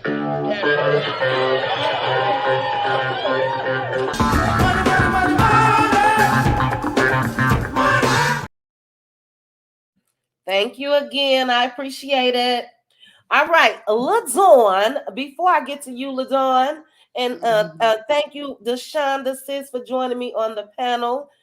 We are at an hour and 20 minutes. I probably got a good 30 minutes left in me while I'm over here trying to catch my breath. But I want to read a couple of the comments. And then, LaDawn, after I read these comments, we'll go to you. Then I'll read a couple more comments, and then we'll go to Deshonda. But I wanted to read, yes, it stays. This was around the time we first started. And you put, first of all, how dare, I believe you meant they, bring on the show, and this is what they do. How dare, how, Lord, how dare the, how dare they bring on the show, and this is what they do. We don't even know the full story before you get started in on Nell that has been helping to raise her since 16 months. Good point. Somebody else said that in the comments that Nell Fletcher said that they raised her, I believe, in their care up until she was 7. And I think that that's when they started to split as far as the schedule with her mom. But great point. LaDawn, you put, I highlighted this early, that they need family counseling. Totally agree. Um, Dahlia put, Big Lou got a little too loose at that wine tasting. I think there's more to who he is. Maybe he fit in with the rest of the husband. Maybe he fits in with the rest of the husband. What do you mean he got too loose? When he was about to pop Marcel? Let me know. B Liz. Hey B Liz. B Liz said Martell would rather get the bulge removed. The bulge removed around his eyes rather than tutor for a license to build. Sad priorities. Yes. The bags under his eyes is what he had removed. And I agree. He working on that outer, ain't doing nothing for the inner. Couple more comments. LaDon, you said maybe Marcel lied and didn't get the vasectomy. A storyline at the time for them. And Tisha didn't, and dumb earths don't remember the plan. No, I think him and Maurice both got that vasectomy child. I don't think that was the storyline. Didn't miss the Scots at all, Yolanda. Me either. Sis, you put, and Tisha, no, there's no possibility that she's pregnant. Facts. Fake news. 1408, that scene showed me that Lexi had to choose and couldn't like or love Nell because Nell was living the life that they felt they should have. Excellent point. And I think that I had something similar written down. And with that comes a lot of resentment from the previous I don't think Chris was married to Lexi's mom. But from the previous people that, especially women, if the man go on, you're doing the damn thing, you can really care less. But let's say you're not, and the man go on to marry somebody else and they living a life, yeah, that becomes resentment. Mom can say, look how the other kids got it. Look at that big house they living in. Look at the cars they driving. Look at the schools they going to. That's how it starts. So I do think, just me, this is all alleged, I don't know, but I do think that it could have started from the mom. Stormy is a snake. She was low-key shading Kiki. Stormy knows that methadone makes her sweat. So why have them to meet up in that hot arse house, or arse one in there, where the air conditioner does not work? Oh my goodness, you think that was purposely? All right, those are the comments so far. I got 103 live comments that I will start a couple of them. But Ladzon, thanks, sis. Give me your thoughts, Ladzon, on the episode. Alrighty. Well, first, I wanted to say that I've been in all those situations. Um, my cousin's mad at me and my cousin, other cousin, who was raised by my grandmother, because all of our parents was on drugs. But her Mhm. mother kept her with her and wasn't in jail like our mother. She just got high, but she didn't go to jail. So my grandmother kept us, raised us. She has resentment toward us to this day because we was raised by my grandmother and didn't have to like go hungry and stuff like she had to. But we were all kids. How you gonna blame us? That's some stuff Mhm. she got to deal with. So I give her space. That means, boundaries. You know what I mean? So she's Mhm. not in my life because I don't deserve to be treated like that or blamed when we were all kids. All our mothers was on drugs. So Yeah. my daughter, because of the lifestyle I lived, I was in and out of my older kid's life from being in jail and all that. Also, my baby boy, I straightened my life out by the time he came. So he lived with me from zero to now. And my daughter in the beginning was holding resentment towards him. She would not want to speak to him. He would try to hug her, like, hey, my sister's here, and try to hug him and show like twists and was funny acting, because her father and them are funny acting people. And she grew up more in that environment. You know what I mean? Mm-hmm. So as time went, even to this day, I told you months ago that my daughter stopped talking to me. Mm-hmm. And I was okay with it because I'm not in I'm old school. I ain't kissing nobody's butt. Okay? I have boundaries. I don't care what I did 20 years ago. I made amends. I apologize. I changed my life. I'm there for you. I don't deserve for you to continuously torture me because of my past or whatever choices I made in the past. Right. So she got boundaries as a young woman. I have boundaries as a mother, regardless of the mistakes I made, and I'm not tolerating it. So when my daughter got her little funky attitude, I allow her to have that and let her know that's a boundary you cross. When you talk like that, you don't have a place in my life. I'm not tolerating it. So when you have respect, then you can call me. And I mean that. So I feel now, you know, um, I feel like sometimes, you know, they were she I think the daughter was already polluted by the mother, in my opinion. And as she grew, she started getting having her own resentments because when she came around to visit, she probably seen things that they had that she didn't have at her mom's. But then again, it's not their fault, you know. And the reason Mm-hmm. why I'm more inclined to believe it is because even in my crazy family, there are some that speak to each other and there's some that don't, but then there's one that speaks to everybody. You know what I mean?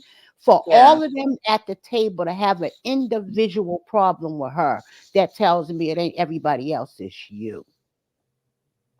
These young adults grow up and feel entitled. They get in this little funny way. I don't know. They're so sensitive. It's like, oh my God, like you better get a grip, you grown ass, excuse my language, married girl, woman. Now don't have to bend over backwards. They probably went on vacation on the time she cut them off because she always Mm-hmm. cuts them off. Okay? They not supposed to say, okay, we're not going to go nowhere because she's mad at us. Let's wait until she speaks to us again. No, those are consequences when you treat people the way you do and you're not able to be around. Those are the consequences. You But understand? remember we're looking at her as an adult now. But Mm-hmm. what about the side effects that she could have possibly, the things that she experienced as a teenager or kid or single digits has carried over obviously to me in adulthood. They need What do you think counsel. about that? I get it that I she's an agree. adult now, but what about that history? I think that they need to do some counseling and she needs to say, I felt like this about some things. And now them could say, I'm sorry you felt like that, but that's your perception is not what it was. But I'm sorry you felt like that. That's your mind because people do have their thinking of how it is when it's not reality sometimes they get offended when that's not what, like my cousin, you could say that scarf is nice. I know it is. I bought it at such and such and such and such. Well, the person just said the scarf was nice. Well, they was trying to be funny when they pointed it out. Like, some people do take things, and because of the damage that's already done and what's been put in her, and as she's growing, it just plants a seed to have that insecurity and Mhm. the anger on top of it. That's why they need counseling. There's nothing they can say, chit chat, that's going to make her say, okay, she got Yeah. to just get it out and they got to say, okay, I'm sorry you felt like that. But she also got to be open because, once again, if she is not ready and open to receive that, then they're gonna be kissing her butt forever. I had to tell my daughter, don't just call me when you want money, because I'm a broke bee. I can't buy you with love. You understand? I can buy you. I mean, I can't buy you with love. I can only be there as your mother in any way possible if it's in my power. That's it. But there's a lot that need to be dealt with, but they can't do it with only them. They need another person that is not nothing to them. You understand? But it can Yeah, be fixed if she's open and willing to receive that, I you agree. know? And look, like I told Good Bad Apple, I also understand when you got to cut them completely loose. You know what I mean? Sometimes Yeah, that is the only option. But for the sake of this show, again, I would love to see not a broken black home, but them right. showing how they're able to work through it. But go ahead, That's LaDon. right. All right, so that's what I'm gonna say about that. And I also agree with you. I love Nell and Fletcher's relationship. I like the way they bounce off each other. They have an understanding. He know where he messed up, and he works very hard not to even make her even assume or think anything different. That's right. And I can respect that. I really can. Hmm. And I like the way Nell will have his back no matter which way he want to go. And it's vice versa. She's willing to go to counseling. When he brought it up, she smirked. She said, "But you know what? I'm willing to do it. Let's do something. But we got to get this family together. I love them, and sometimes we do give them too much. These kids feel entitled. It's sickening, you know. So Yeah. um, so now I'm gonna go to Stormy. Stormy is a quiet storm. She's a bully. She's a bully, but she tries not to show it. When her and Tiffany first was at that when they met up at that little boutique or whatever, when she looked at her and said, "Don't do that," that was like saying to her, like, huh, I'm getting ready to be the bear. She tried to be slick with it, but her body language speaks volumes. She had to sit down. She was flush. She was like, I'm trying to change my image. Don't bring that out of me. I want people to start liking me. She don't want to look like she's the mess, like she act like she didn't know about that rumor at that table at the picnic. Okay. She's trying to make it seem like she's not into nothing. She don't want the backlash. She ain't trying to go at Mel at her blatantly like she was before. So she's trying to be silent with her little sneak attacks. But the thing that I don't like about what she's doing is trying to be the peacemaker. She is so phony. She just needs an ally. She needs somebody that she needs to be able to film with. For the simple fact, her and the Scots is a broken relationship. They can't come back. They never gonna be like they were when they was against Mel. You Right. understand? That's broken. So Stormy don't have no other ally. She is clean. Her and Kiki both need other people to at least besides the Scots to film with. So Stormy is trying to have them as the people. Her and Kiki and Tiffany. But Tiffany ain't gonna fit in that circle because Tiffany's just a mess. She's a mess, Hmm. and I'm so glad that we're gonna see Lou tell her what this show is making you.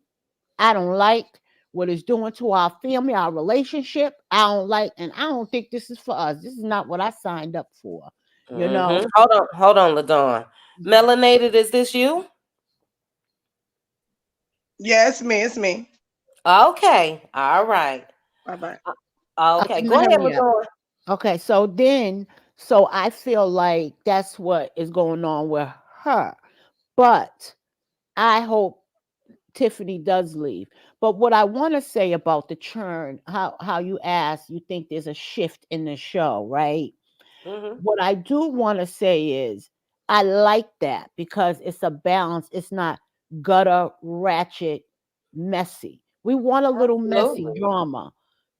And yes, it's Love and Marriage Huntsville. And it's supposed to be about married couples that are successful, right? Okay, but let's keep it real. They can't follow each individual around on every job site in their career. We need them. This is a ensemble cast. They have to mingle with each other. We can't just have Kiki's family. We can't Mm-hmm. just have Stormy's family. They have to be able to mingle with each other.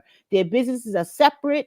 You I show a little agree. of that, them leaving their house or whatever, or maybe a conversation, but the show is about how they are mingling with each other.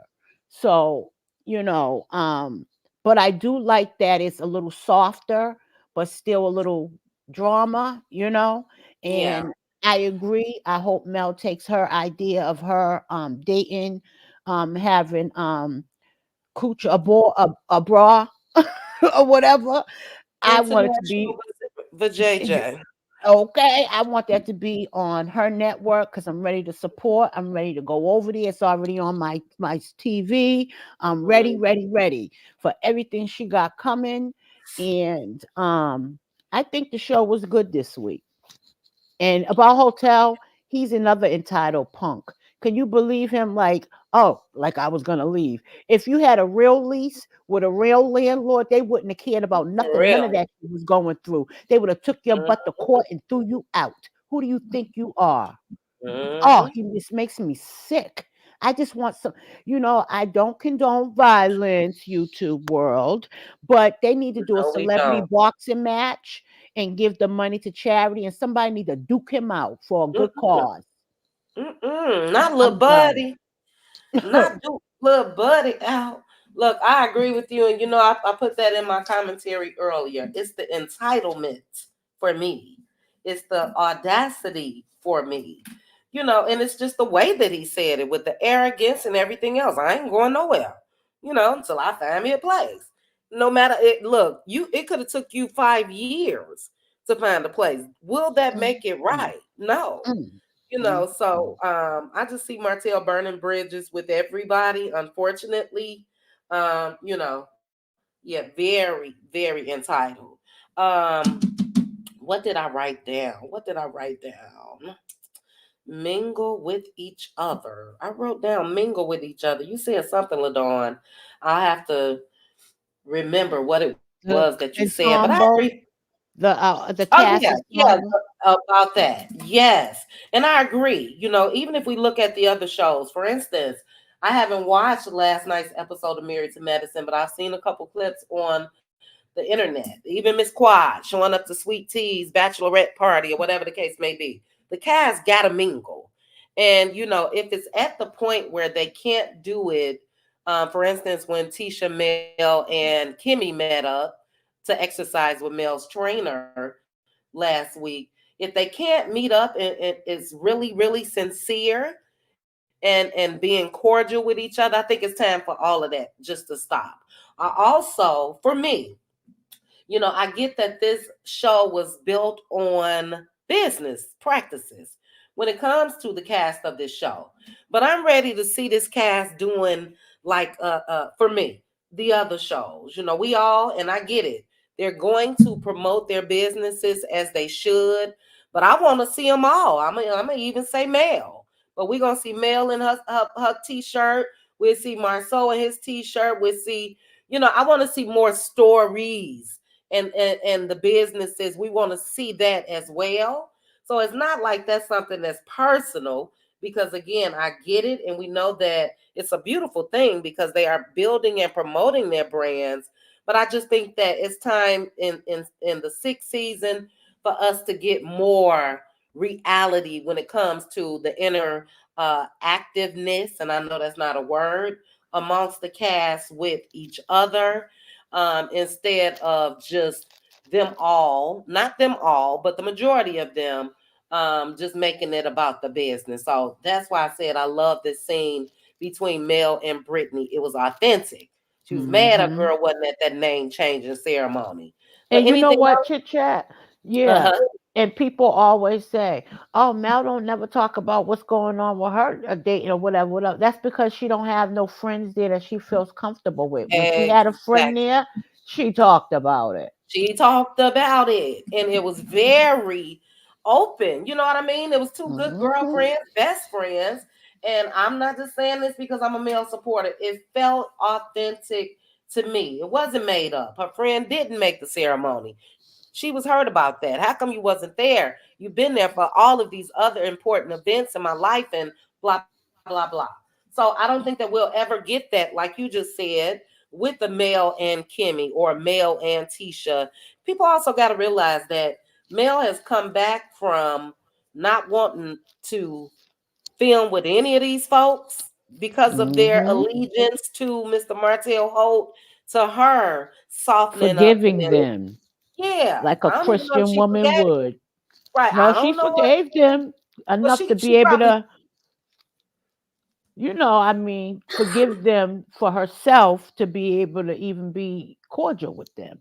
There's no hate in her right. heart. She's just moving on with life. It's whatever. Yeah, she can forgive, but she'll never forget, is what I'm Oh saying. no. Yeah. And that forgiveness was definitely for her. But I Mm-hmm. also think that she tried, even with Tisha last week.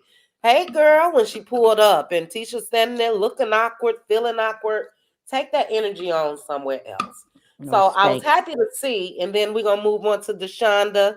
Deshonda was before you melanated. I was happy to see that Carlos did do some sort of interview with his cast as far as Neil and Chris. A whole lot to unpack there because I felt like, is he done with this show? It just seemed odd. But hopefully he can be the executive producer, creator, and pull the plug on a couple people. But Mm-hmm. anyway, go ahead, Deshonda. Let me take a sip. Your thoughts? Hey everybody. So with Nell and the stepdaughter, um, and with the whole family dynamics, that reminds me of my brother, my half brother, and my sister. Well, she's my half sister too. I guess I don't like to say half. My brother is from my dad, from my dad's side, Mhm. and my sister's me. We have the same mother. That's how they'll sit there and tell you some stuff, and the rest of us be like, what household you grew up in? We're like, when that happened? Like, I promise you, it's stuff that never happened. But in their mind, it did, and they're the victim, and they was mistreated, and everybody was treated better than them.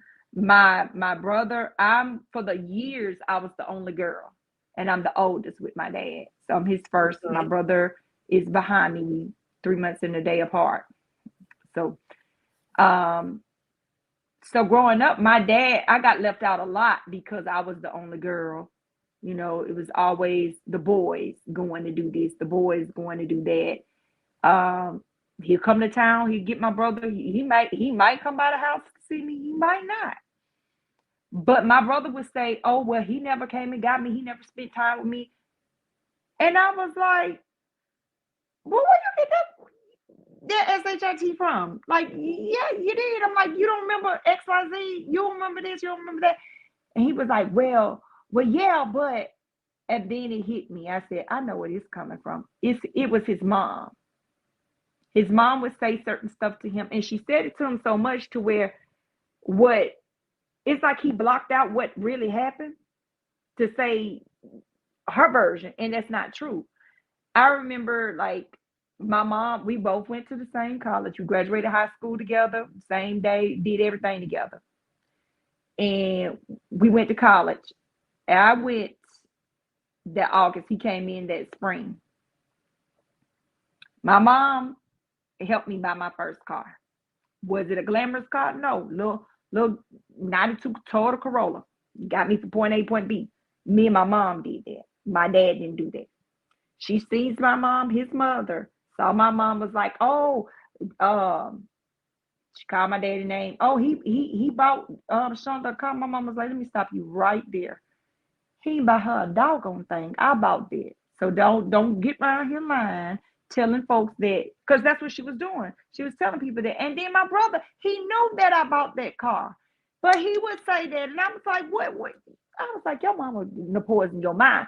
So when I look at Lexi, it reminds me a lot of that situation. And then with my sister, she's older than me. I'm the baby on my mama's side. It's just me and my sister. She's bipolar. So depending on the day and who she talking to or what, this girl will have you thinking she was abused, mistreated, did wrong, all kind of stuff. Like, I mean, she tells some outlandish lies. And if you don't know no better, if you don't know the family, you'll think you'll believe it. And then she gets mad. Like right now, she hadn't spoke to any of us in years because we didn't go along with her lies. She mad at all the cousins, all the aunties, all, and we was like, but what you're saying is not true. And so that was like when they was like, well, y'all left me out of this, and it was like, but you blocked us, and I'm like, that's my sister. Like she'll say we did stuff to her. Girl, how we gonna leave you out when we don't even know how to get you blocked us, won't even know how to get in touch with you unless somebody that knows her and knows us, they will, contact us about my sister. But I was just like, it's more to that situation. Now I do feel like Chris might not have did as much as he, I guess should have. I it's really kind of hard to say. It's just me speculating, just but just from the outside looking in, maybe he wasn't doing what all that he could have done for her versus his other children. Because like with my dad, he got several baby mamas. He on his second wife. His first wife, I still call my stepmom. I call her mama. His current wife, I call her by her name. So like he bought my little sister a car. And he was just talking and bragging and, oh, yeah, did you see it? I was like, no, I really didn't. And he was like, well, yeah, she thought she was going to get this little hoopty, da. And I said, oh, that's great. I said, I'm glad you bought one of your children a car. Tell me, didn't I buy you your first car? I said, now you want to get it today. Yeah, I see that right now. I was like, now, you ain't buy me not one of my cars. Every car I've ever had, I purchased myself. I said, now you did buy me tires for one of my cars. My second car, you bought me some tires. And you got my oil changed once. I said, but let's be clear. You never bought any of my cars. You never did the maintenance for any of my cars. Everything that I've got, all my cars, with the exception of my first car, my mama helped me with that one. Every car after that, I purchased myself. So I'm like, you can stop that. And so it's certain stuff that he could have done more for the one's mother that he wasn't married to. We'll put it like that.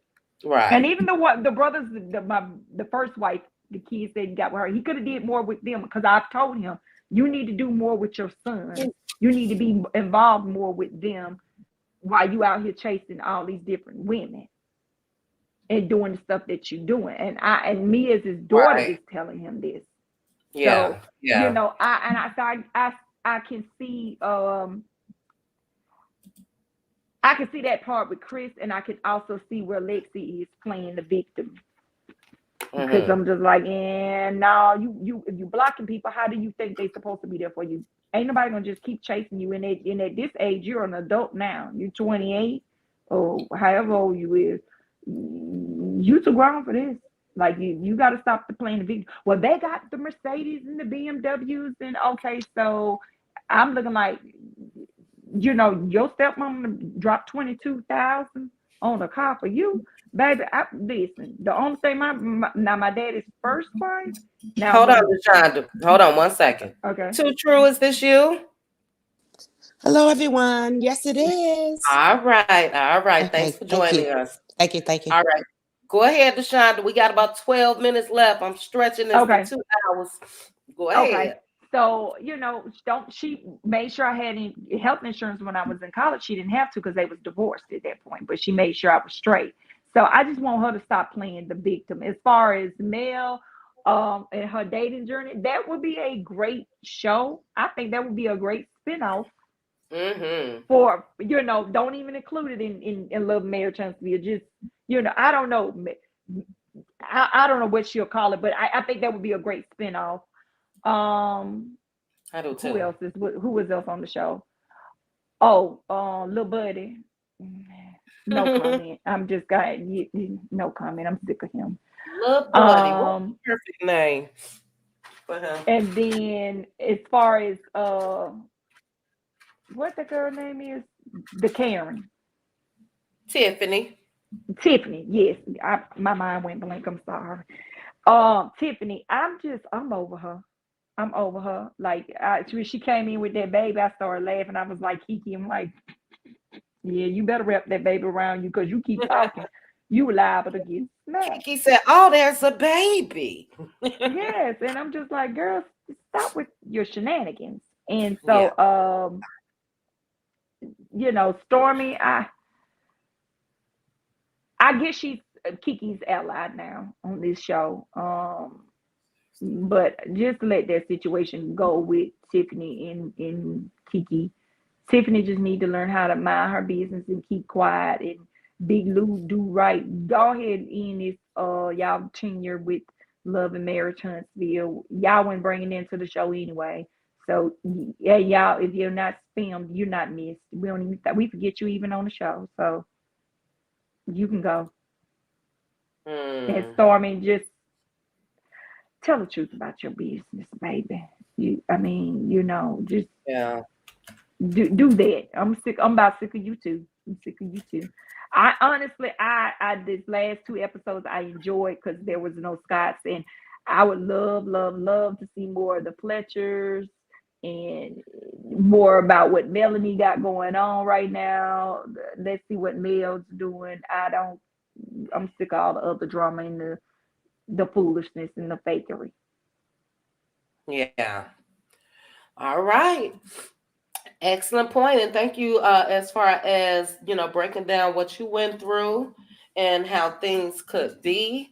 There's a lot of comments. I want to read a couple comments, and then we're going to get to melanated energy. After melanated, we're going to get to Too True, and then after that, we will read comments on the way out. But currently, we have 444 people watching. Thank you guys so much. Please make sure to hit the like button for me. Thank you again to Peace, Love, Prayers, and Teresa Wright for the super chat and super stickers. Peace, Love, you put Big Lou left the wine tasting on a family emergency. Where? Oh, in Atlanta? All right, I don't remember that. Okay, but if you say so, I do remember they all went and had the little, what do you call that when you go and tear stuff up to release stress and all of that? But yeah, I don't remember that scene. Um, okay. Coach CP, you put on Team Lexi because although she wasn't in the same house as the other siblings, she deserved the same lifestyle. She is Fletcher's daughter. Well, I don't know how I feel about that. She deserves that lifestyle when she comes to visit dad and new wife, but it is not dad's responsibility to make sure that that's what child support is for. And most Mhm. times they're gonna give the mom enough to live comfortably. I don't think they were married. We're talking about different times as well. But I don't think that Chris is obligated to make sure that Lexi and her mom lives in a big mansion and drives these luxury vehicles and all of that just because he and Nell does. He and Nell worked hard and built their businesses up. So I don't know if I agree totally with that, but good point.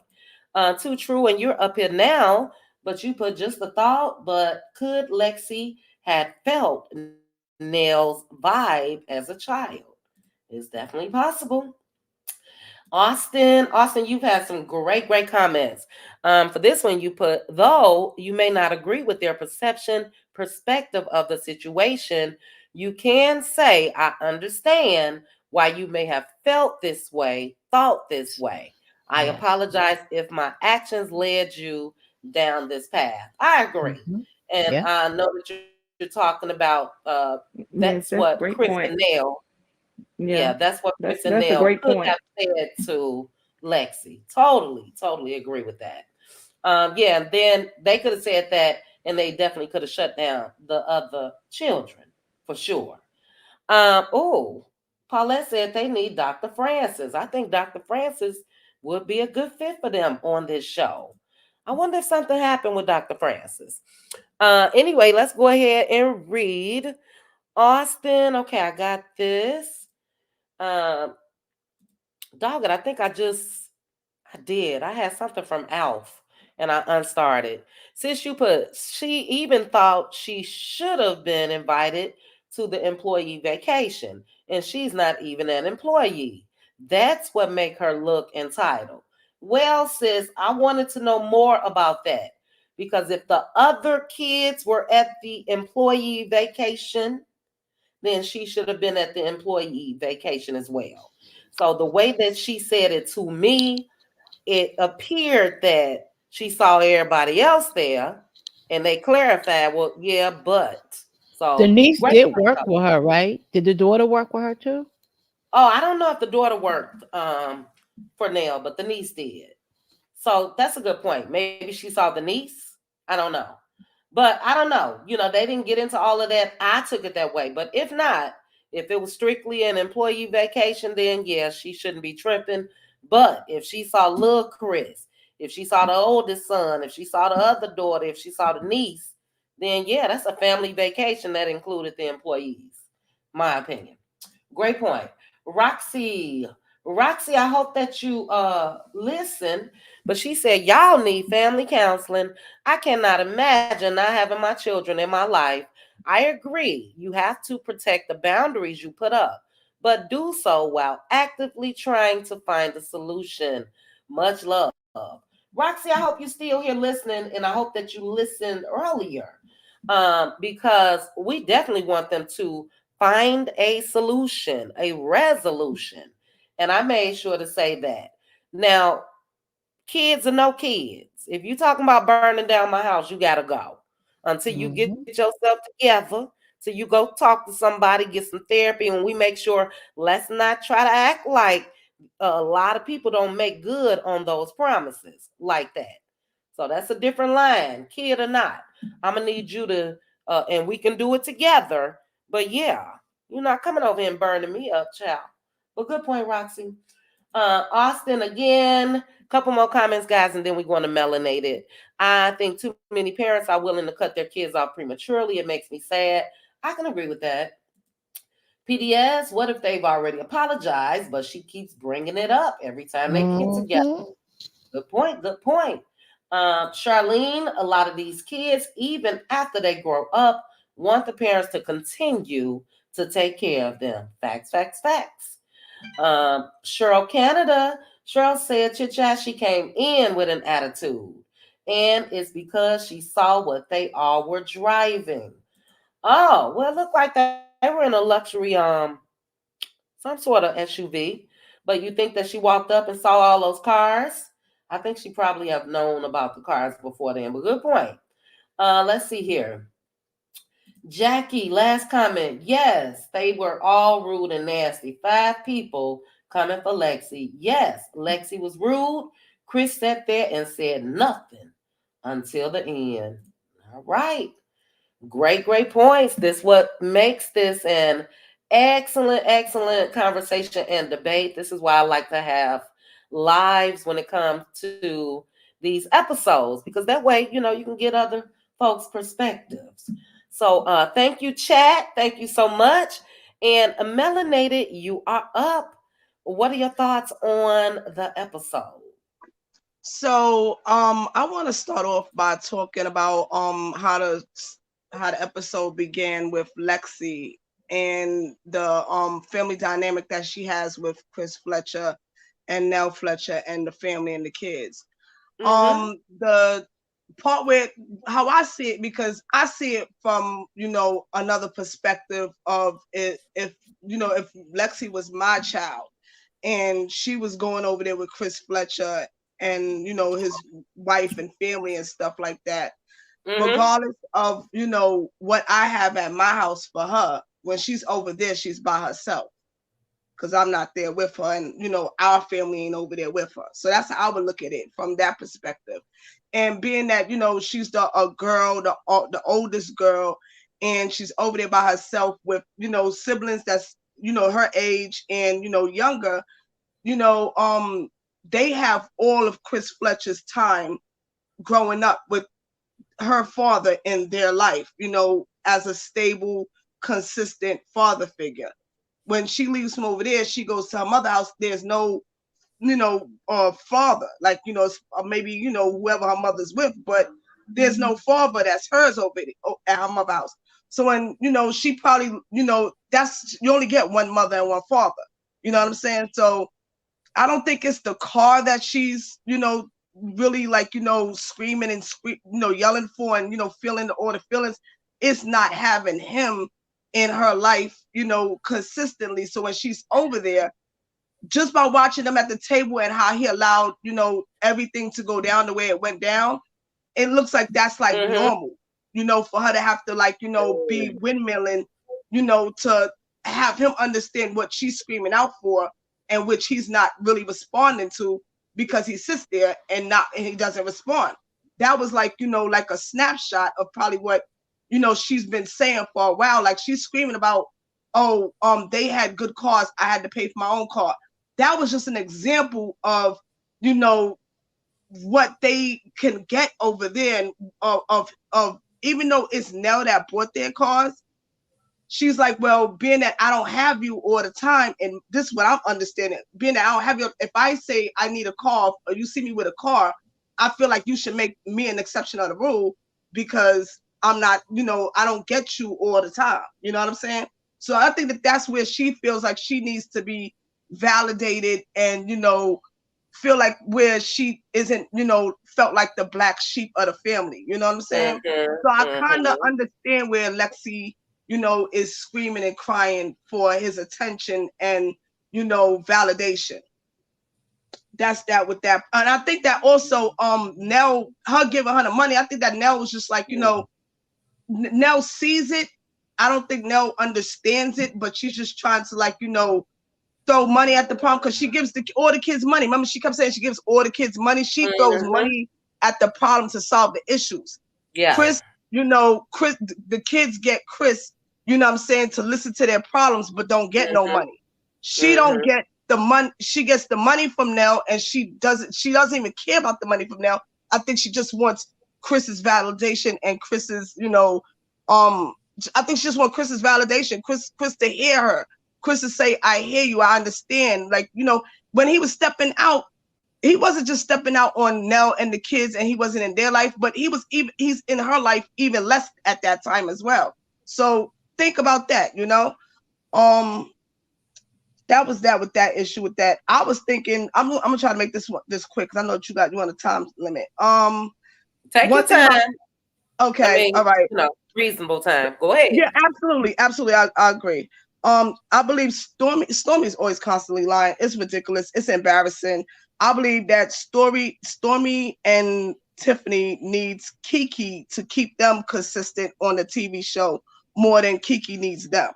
Kiki has more of an anchor on that show where she got the relationship with Melody. Tiffany does as well, but Tiffany is boring as heck.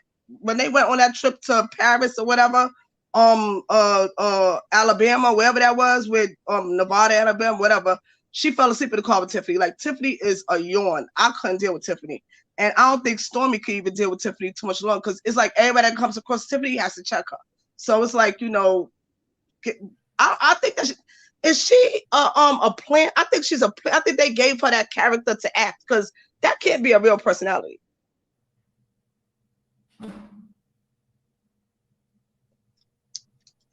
I don't think Tiffany personality is a real personality. I think that she's playing a character. And what was it? Frontage coming up. Oh, did you see the Nell and Chris Fletcher interview they did with Carlos King? Yep, and we're gonna talk about that on another live. Okay, absolutely. all right. Yeah, I wanted to bring that one up. And I think that was it. That was like all my main points that I wanted to talk about. I wanted to gag about that one, but yeah, that's that. Thank you. Yeah, that's coming up tomorrow. Wait, Melanated, you made some excellent points, and that's why I'm hoping that we see more of the story with, and I hate to even say it separate, like I'm about to say it, Lexi and the family, because they're all supposed to be one. But we have to admit that that's why I said they are reality TV. These are, and it's not a good thing, but common dynamics in families of all races.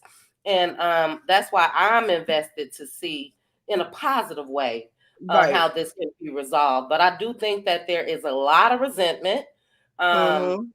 Excellent points I'm going to read a couple comments. A lot of people made some excellent points.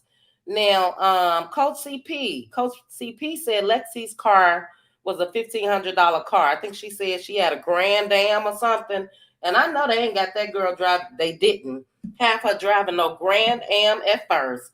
And the other kids was in Mercedes and BMWs and Exactly. Chargers. That's not right. That's Exactly. not right. I thought he should And have made her an exception. Yeah. yeah, and it's not really an exception. That's his child. And look, Right. if our kids that we got together riding around like this, and my daughter gonna ride around like that as well. So I said that Chris is the typical happy wife, happy life, but sometimes you got to step up on out of that, put your foot down in certain situations, especially when it comes to your child. You know what I'm saying? That child was there first before Nail. But we all just speculating. We don't know what's going on. But she did say that, and that's wrong. That's an old ass car, Grand Am, and they driving around. No, ma'am. So yeah, that's why they got that girl want to set that damn house on fire. You can't do that. Right. Sir will go off said if Lexi wants an adult relationship with the Fletcher, she has to be able to act accordingly. It's not about cutting the kids off. Lexi is grown and married. If she does not understand positivity moving, okay.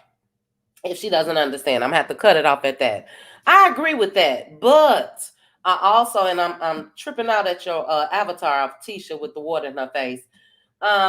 These problems to me stemmed from when she was a child.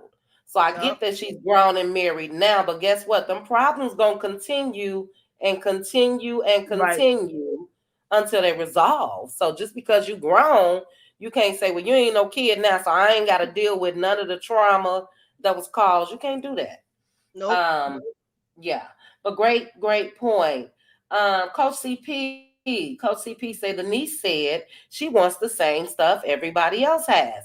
It's not fair. How does the niece rank priority over her? Thank you guys for even bringing this because I had this in my notes. How is the niece the niece? Did Nell say that that was Chris's sister's daughter? Nope. Her Nope. sister's daughter. She I said it don't was even think it's a lady that's like her sister. That wasn't her like sister. her It's sister. somebody that's Exactly. older than her that kind That of was helped like her her mother raise mother. her. Yeah, Yeah, and then she considers her sister, and that's that lady's daughter. Hmm. right. That's what it was. She said that the lady, the nieces that they calling the niece, her mother was like a mother to Nell Fletcher. Exactly. So yeah, she got a lot to say. She got a lot to Exactly. say. And Definitely yeah, got so a lot of more mouth than what I saw on that episode. When it comes to, hold on, melanated. sorry. Play your part. That's what should be told to her. You sit this out because right now we're talking about our kids. So I get that we have raised you under our roof and provided a lifestyle for you, but when it comes to this is we talking about the kids that came before our kids. So yeah, great point, Coach CP. Last comment I'm gonna read from Jamie. Jamie put Lexi's birth parents are responsible for the lifestyle as she's growing up. We have no idea if her mom allowed Chris to be present on a regular basis.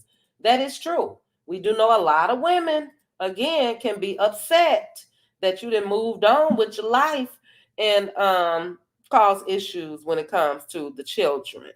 And yeah, they both are responsible, but even with that, that's a reasonable amount. So again, for me, Chris and Nell went on to further their careers and open up businesses and studied and got degrees and all of that and became wealthy. Lexi, yes, he has to support her when she's at her mom's house, but she don't get the same lifestyle that she got at his house. Now, when she come to their house, then absolutely. But yeah, I still don't agree with that Grand Am that they had that girl driving in if it was current. So great points. Great points. Melanated energy. Thank you as well for your commentary. And then we're gonna take it out of here with Too True. And after Too True, I'm going to end it with reading some comments. This has been great. Too True, I know you local. I don't know if Yes. I can say that. No, All no, right, I I know always you say got I'm some local. tea. Yeah, you got some tea. No, I don't really have no tea, but I did Oh, go to Black on November 4th. I think that's a Saturday because A&M was playing FAMU. So I went in there, I took my nieces in there. So actually I wanted to respond to somebody in comments saying they don't think they're together, but hell, they was all in there. all 100. Maurice, Tisha, Wanda, with her funny looking body. Anyway, and Kiki and Maurice. I mean, not Kiki, Kimmy. Kiki was there? No, Kimmy. Oh, okay. Okay, keep And, talking. I'm letting the and dogs out. Kimmy didn't have on You the hear me, Too stitcher. True? Yes, ma'am. Can you Okay, hear come me? on. Kimmy didn't have on the stitcher makeup. Let's go. How does she look? She didn't have on any makeup at all. Did Tisha have on makeup? Oh yeah. Oh yeah. Everybody. Wanda. They were all over in their section, like, like they get along just fine. Who said they broke up? No, I saw somebody in the comments saying, how the rumor was Tisha and Maurice. Oh, Marcel. I don't know why I call him Maurice. separated. Yeah. Okay. Yeah. I didn't think that she ain't she's a bobblehead. She's staying. So anyway, I wanted to say about the show. I really enjoyed it. I enjoyed the Fletcher's. I think I did watch the Carlo King interview. So I really like them a lot now. When they had mentioned that they both, wait a minute, no, that was in Carlo King's. Anyway, they both grew up in the projects here in Huntsville, and so I didn't know that, but I am you know that really kind of gave them a couple of points that they grew up to be successful adults in this community. So that was a plus for me. The dinner, um, I have to wonder, and I put in the comments, I wonder, like, when is her name Lexus or something like that, when maybe as a child, Lexi. yeah, Lexi, maybe I wonder, could she feel like Nell's energy maybe over the years? I don't know, because I'm not a stepmom, but I don't know. I mean, you try to be a stepmom and be there for your stepchild, but maybe the energy wasn't there. I don't know. I'm just talking out loud, just being the devil's advocate, if you will. But I think, I'm kind of scared for the Fletchers now, because being that the daughter brought that up, and if she keeps being on the show, man, I don't know how that's going to turn out for them. If she's going to be the antagonist, is she going to come on the show and tell all their business? Ooh, that's going to be frightening if I was the Fletchers. Okay. The car situation, how she has her side of the story, she has another. I know my son, when he went to college, I told him, as a freshman, I wouldn't buy him a car, and I said that when he become a sophomore, then that's when I would buy him a car.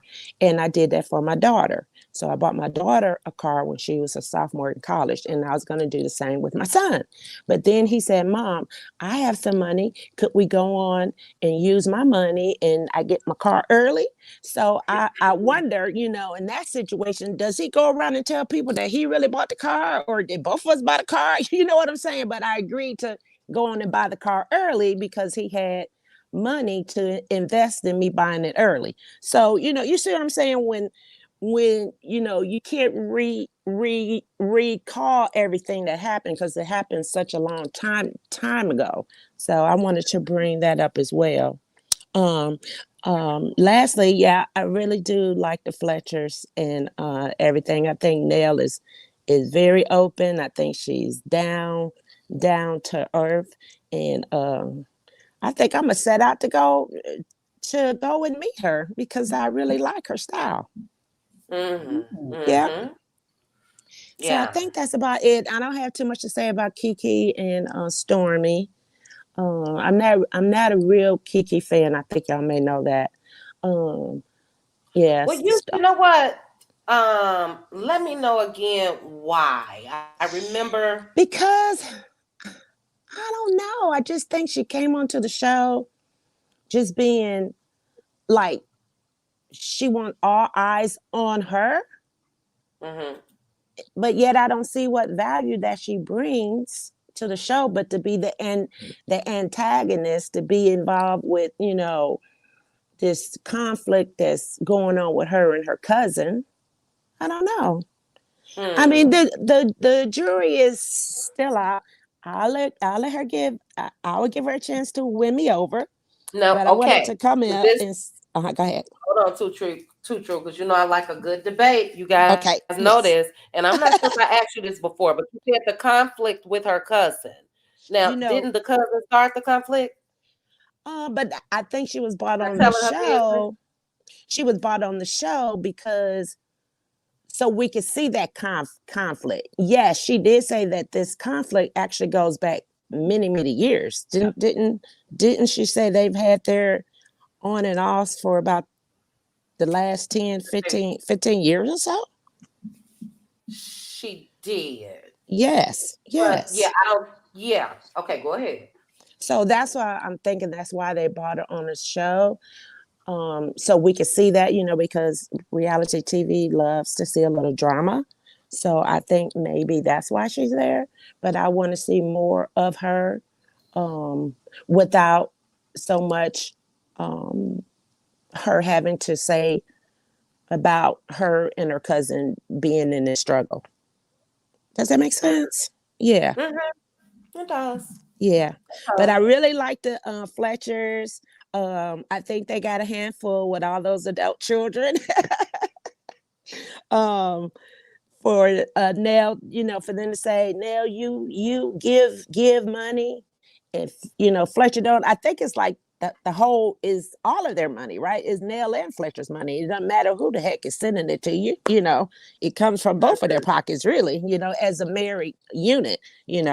I did like when Fletcher had to tell his wife when they were at the daycare center, yes, some mm, of the time, yes, it is hard to come to you because of the way yeah. that you may react. I thought that he softly told her that, and I loved how she received that as well. You know, Mm-hmm. I really like her. I really like her, and I think also when Fletcher went to the car with his daughter, didn't he say something about? He implied that back then when you were younger, I wasn't in a position to do what I can do for y'all now. Mm-hmm. Which is, that's And probably if how it she's the goes for most oldest, people. Yeah. when she was a younger child coming into maybe a teenager, because look, let me just tell They y'all, didn't have it like everybody, that. all these damn kids in Huntsville wants a freaking car, okay? And I think it's because we don't have bus systems here. you Mm-hmm. know. So yeah, all these damn teen, excuse my expression, got a freaking car, okay? But I think maybe when she was younger, maybe he didn't, he hadn't grown in his career and he didn't have the extra funds to do what he can do now. And then lastly, I didn't know he was in the military. So he was away from his daughter, Mm-hmm. if you will. So but she can't understand that. Maybe I'm just throwing some other indications of why she Yeah. think their relationship is the way it is. Right. Right. If he was a military man, no, he was not around here at that time. Yeah, I mean, but any young marriage, you're building yourselves up. So, they already discussed, and we'll get into more of that in the next live, Yes. Mm-hmm. how they were born and raised and where they was raised and what they come Yeah. from and all of that. So they didn't have money. And, Correct. yeah, Yeah. they didn't have So money.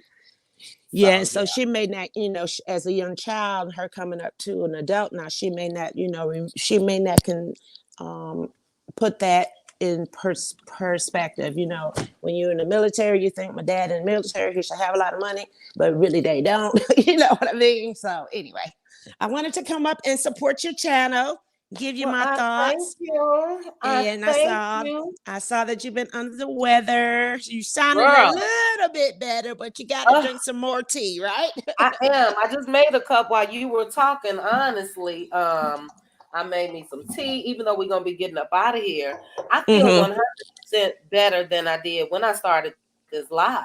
So Good. I did feel like me talking and breathing and doing more of that will help, and it has. I'm definitely not Okay. 100%, but I will be getting back there. So I appreciate your commentary. Thank you for being on the ground in Huntsville. Yes.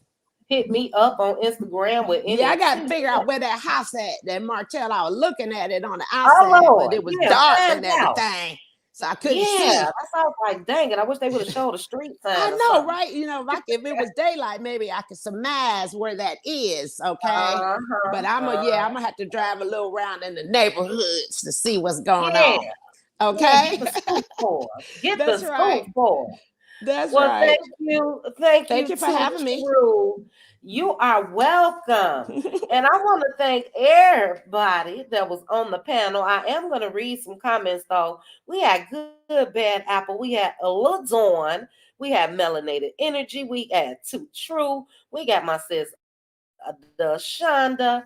I thank you guys for holding it down on this panel with me tonight. Thank you for being my co-host. This was an excellent discussion. I do want to read a couple comments though. There's some interesting comments. C.S. Hopper said that it appears that Lexi was performing for the cameras. She wanted to throw them under the bus and mess with the family's reputation on camera. She seems, very jealous of the others. Excellent point. We don't know. But just how you put that last sentence, C.S. Hopper, I think that's where a lot of this could stem from. She seems very jealous of the others. Shouldn't be no others to me. They all should be as one. Peace, love. You put Lexi open a Pandora's box. This wasn't a first time occurrence. This dinner was for Nell to hear why she's not appreciated, but finances, their shortcomings. The siblings didn't want to hear her vent. Great point. And they all seem to have had issues.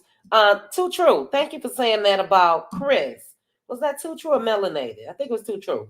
Thank you for saying that about Chris when he went to see Nell at her business and he told her, about her mouth. I must say, I had to take that in myself. I see a little of myself when it comes to Nell Fletcher. My mouth is deadly, okay? And I can cut them down. Sometimes that's not always the best way to resolve things or even get your point across. But I'm glad that she was receptive of what her husband was saying. Let me see if I start this comment because somebody was saying that Chris is, here it is. Cool Cat. Cool Cat said Chris has allowed Nell to take the hit for years because she has a mouth, but he needs to step up and fix that mess.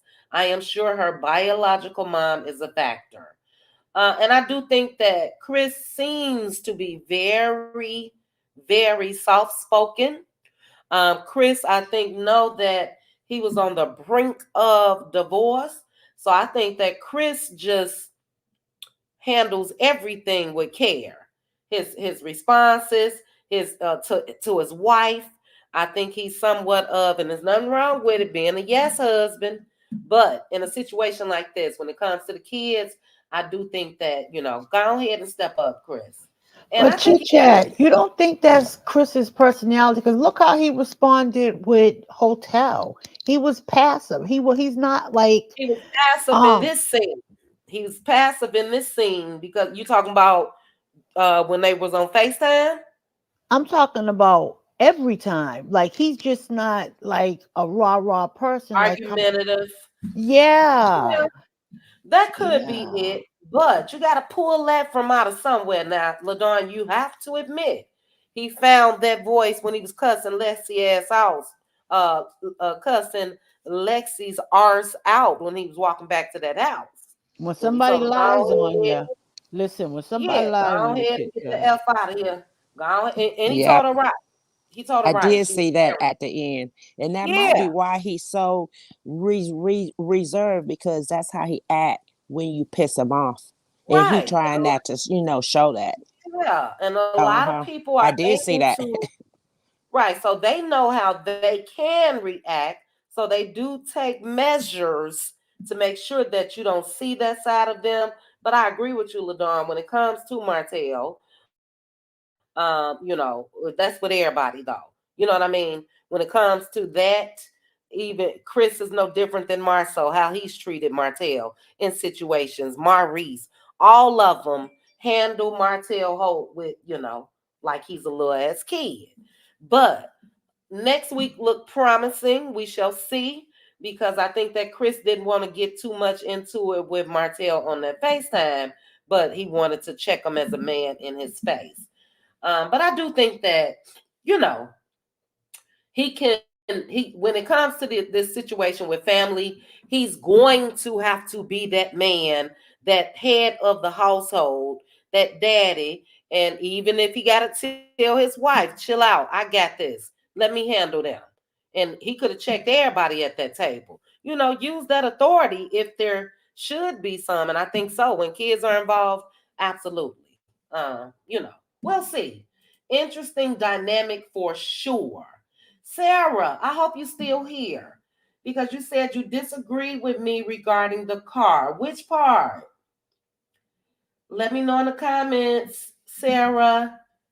Hold on, LaDon and Deshonda and Too True. Let me take a sip of tea. I'm wheezing now. Overdoing it just a tad bit. Sarah, if you are in the chat, let me know. Or if any of you guys can let me know. What did I say about the car? I disagree with you about the car. When I said she shouldn't be driving that Grand Am. I think Now, somebody else was saying, because basically they was trying to say that that was her first car back then, and now end up giving her 22,000 for a car. What did she do with the money, or crashed it or something? I don't know. I think that was something like, okay. but So you didn't say nothing. in other words, if that's the case, that makes sense. If it was the first car before they came into money, Mm-hmm. because she is the oldest out of all of them. Mm-hmm. I'm assuming she older than Lance. Well, they're about the same age, her and Lance. Then yeah, Hoopties is what you got. I got a Maverick as my first car, and then I got a little sports car after that. Hoopties are what you got as teenagers. That's if they didn't have money. But if they had money, then I understand. But yeah, if they came Mm-hmm. into money after that, then naturally the other children that followed, their cars may be a little more. And some of them, they got their, everything is not coming from Nell and them. The other one own his own business. He make it a loan here and there, but he's Yeah, but the cars, yeah, that came when he was grown though. So mhm. she was talking about. I'm assuming when they was kids and the parents bought them like their first cars. That's what it Yeah, seemed well, like like, to me. But oh, yeah, that's now why they were he's grown saying and that was at a married. different time. Yeah. Yeah, yeah. If he's grown and married, then naturally, you know, they doing their own thing. I think he probably the only one. I think little Chris still in their pocket. The other daughter may be in their pocket. The niece or the fake niece or whatever she is. And Lexi, Lexi is married. I get it. I get it. I get it.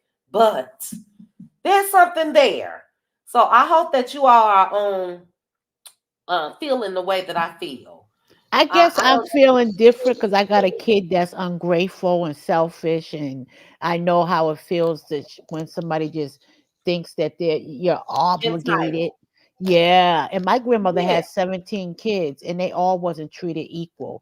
They got right, treated according to the character and the needs of each one as individuals, and right. it But was that's still not what I was. jealousy, and it Yeah, was.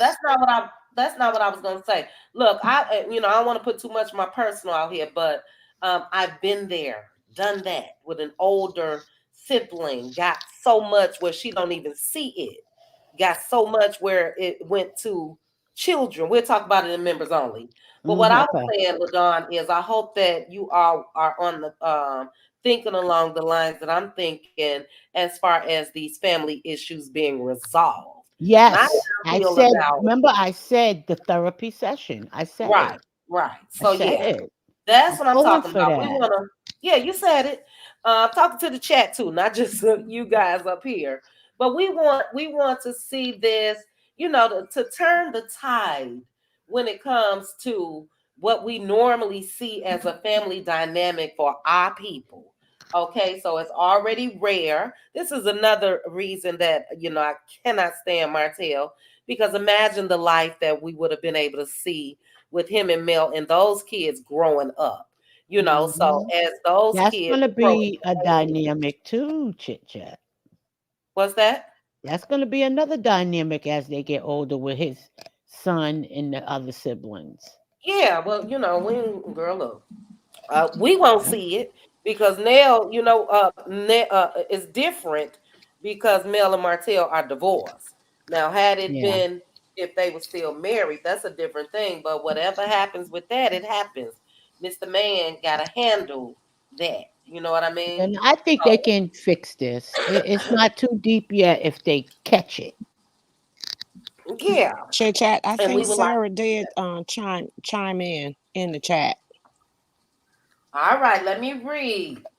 And then we getting out of here. I see my Yeah. love in Mary Huntsville historian. Hey, Simply Beautiful. Sarah, you said I feel different because Chris did not have the money. Well, what do you mean?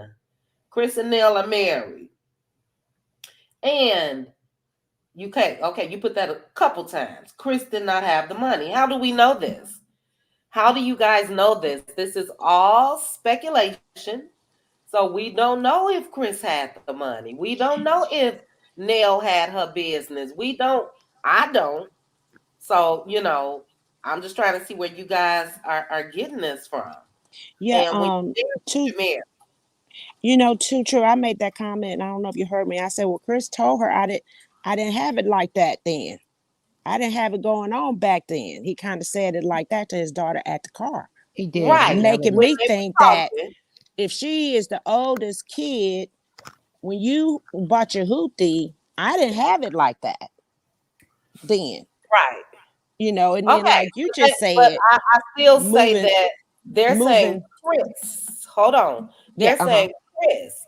As a couple, I don't think that they had it like that. So, I'm As just a gonna yeah, as a couple. Yeah. as a couple, Right. they didn't have it like that. Even And though then in I that guess moment, right. And that's yeah, when the 22,000 came in. right. And So then even I though guess she wanted them to go back and reset her and make her whole when they no, we're did not have it doing that. going on. Okay. No, So we're she not wanted a no, we're not BMW doing that. too. Yeah, no, we're not doing that. So I yeah, know, in right? that moment, hold on, guys. In that moment, talking to his daughter, he said he didn't have it like that. But I'm sure they, as a couple, didn't have it like that. Right. Again, they Right. built their lives up. They went to school. They Together. got their Yeah, I would agree with degrees. that. They opened up businesses. He went and got Absolutely. degrees for real estate and all that. That came after. So you can't Yeah. expect that your 13, 14, 15-year-old life will be the same that these kids 13, 14, 15-year-old lives Right. are. You were born 10 years before them, 5 years, Right. whatever the case may be. So Right. yeah. And they gave her $22,000. So yeah, you can't go back and make things whole, not in that sense, but you can listen and try to come to some type of resolution because she is still his daughter. She And is she's hurting. still Nell's stepdaughter. So, I even caught a slip of the tongue when Chris was when they were in their confessional. He said something, well, yeah, that's my daughter. And then he said, that's our daughter. So you got to have those tough conversations.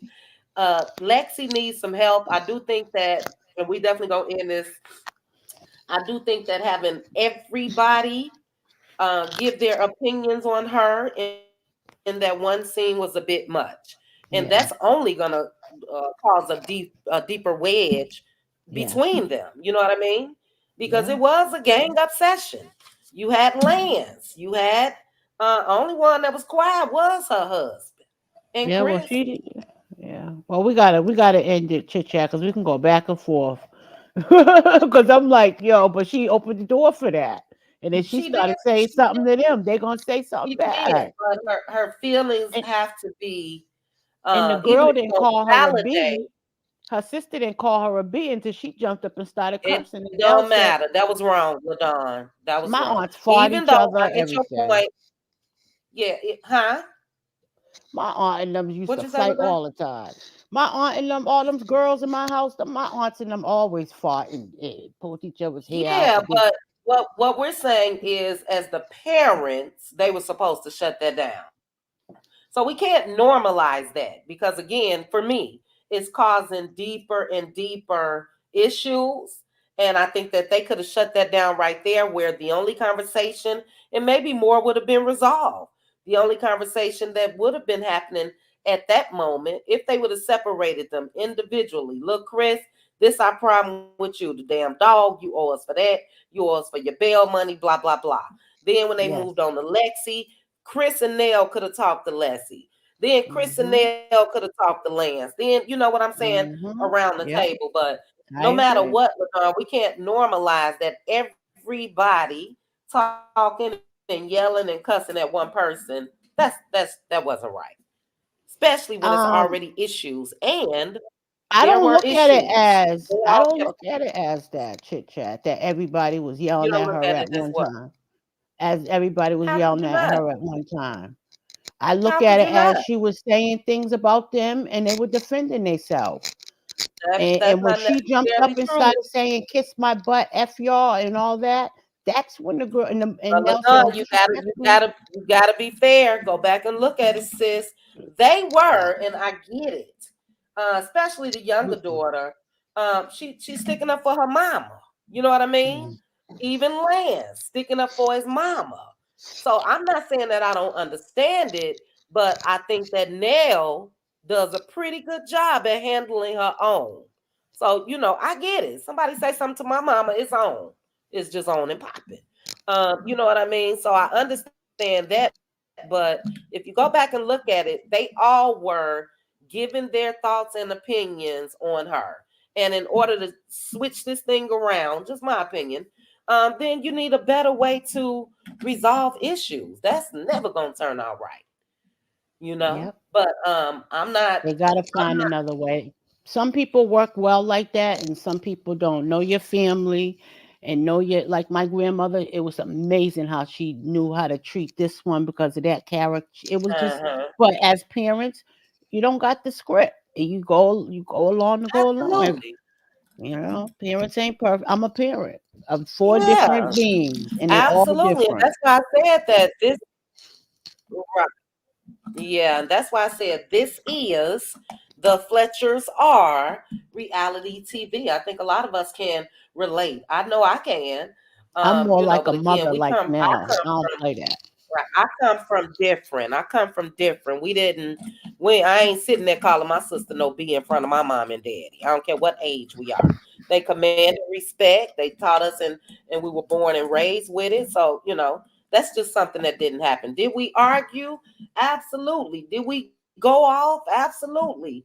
But it is what it is. It's the sign of the times.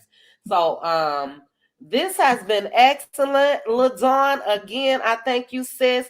I look for Good you. night. You gotta Huh? let me know, LaDawn, because I look for you. Your regular YouTube page. It's your first and last name. I didn't start no YouTube page yet. You Well, talk you about got a page Instagram? because you on here.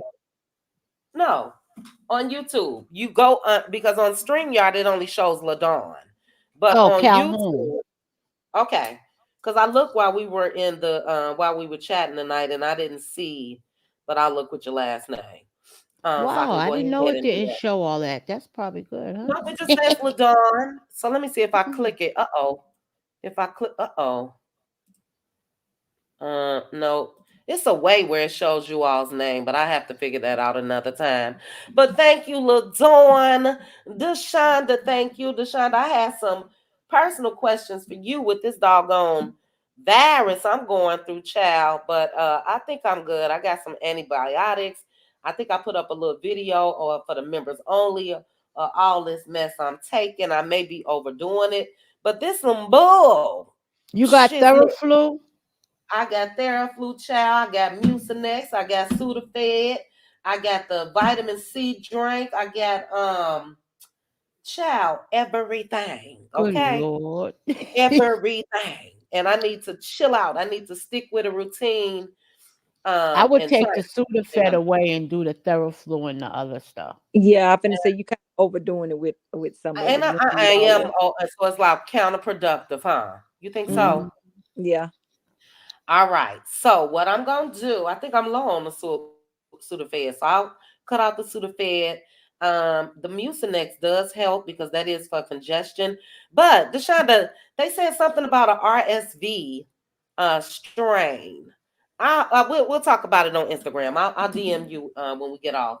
I did Okay. do a little research, and it seems like I may have some of the symptoms, but I don't know. Gatorade. Thank you, Vibrant Thing. I didn't even get any Yeah. Gatorade. Make sure you're staying hydrated. Yeah. Drink Gatorade. Yeah. That's good hydration. Of course, water. Do Mhm. some ginger lemon tea. Put some honey in That's there. all I've been drinking. That Turmeric. yes, that'll cut that cough down. Do you have an inhaler? I don't. Nope. Mm-mm. But I've been turning on my humidifier and all of that. So I feel it. But I know I may sometimes not sound that it, but I get feel much better. when the airway gets irritated, sometimes you just if you have an inhaler and you just do a puff of that inhaler, it'll open the airway up a little bit more and it'll Hmm. stop that cough. So that may be why you're getting you're coughing and stuff like that. But we'll talk on in the DM. Yeah, yeah, we'll talk on Instagram. I know one thing, it's the same thing. I don't know if you guys remember, but about a month ago, I got sick, just like this, same symptoms, same everything.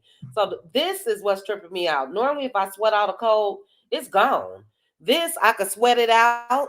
The congestion disappears. My nose is unclogged, and then an hour later, the symptoms are back. So this is how I know it's some type of virus. I don't know what.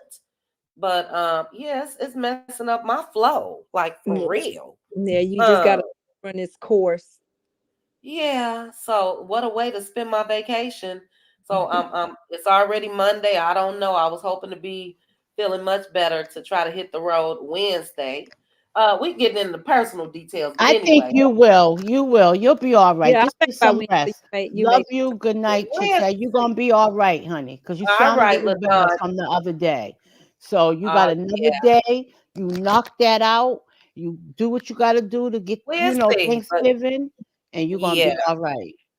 Yeah, thank you, sis. We shall see. I wasn't too fond of driving anyway, but again, with my little pups, I got to do what I got to do. But we'll see. If I'm still sick, though, my brother understands I will not be hitting the road, period. But yes, Deshonda, thank you, sis. We will talk on Instagram. Thank you for all your knowledge and everything else. You got to let me know if you went anywhere and saw. Well, I can't say that part because I don't want to get, you know what I'm talking about. Got to keep that on the down low, child. But Right. thank you guys. Thank you, sis. I'm gonna read a couple comments on my way out the door. Okay. Yeah. Oh, I see you. I see you on the back chat. Okay, I got it. Will do. All right. To the chat. Thank you guys so much. You guys have made me feel so much better.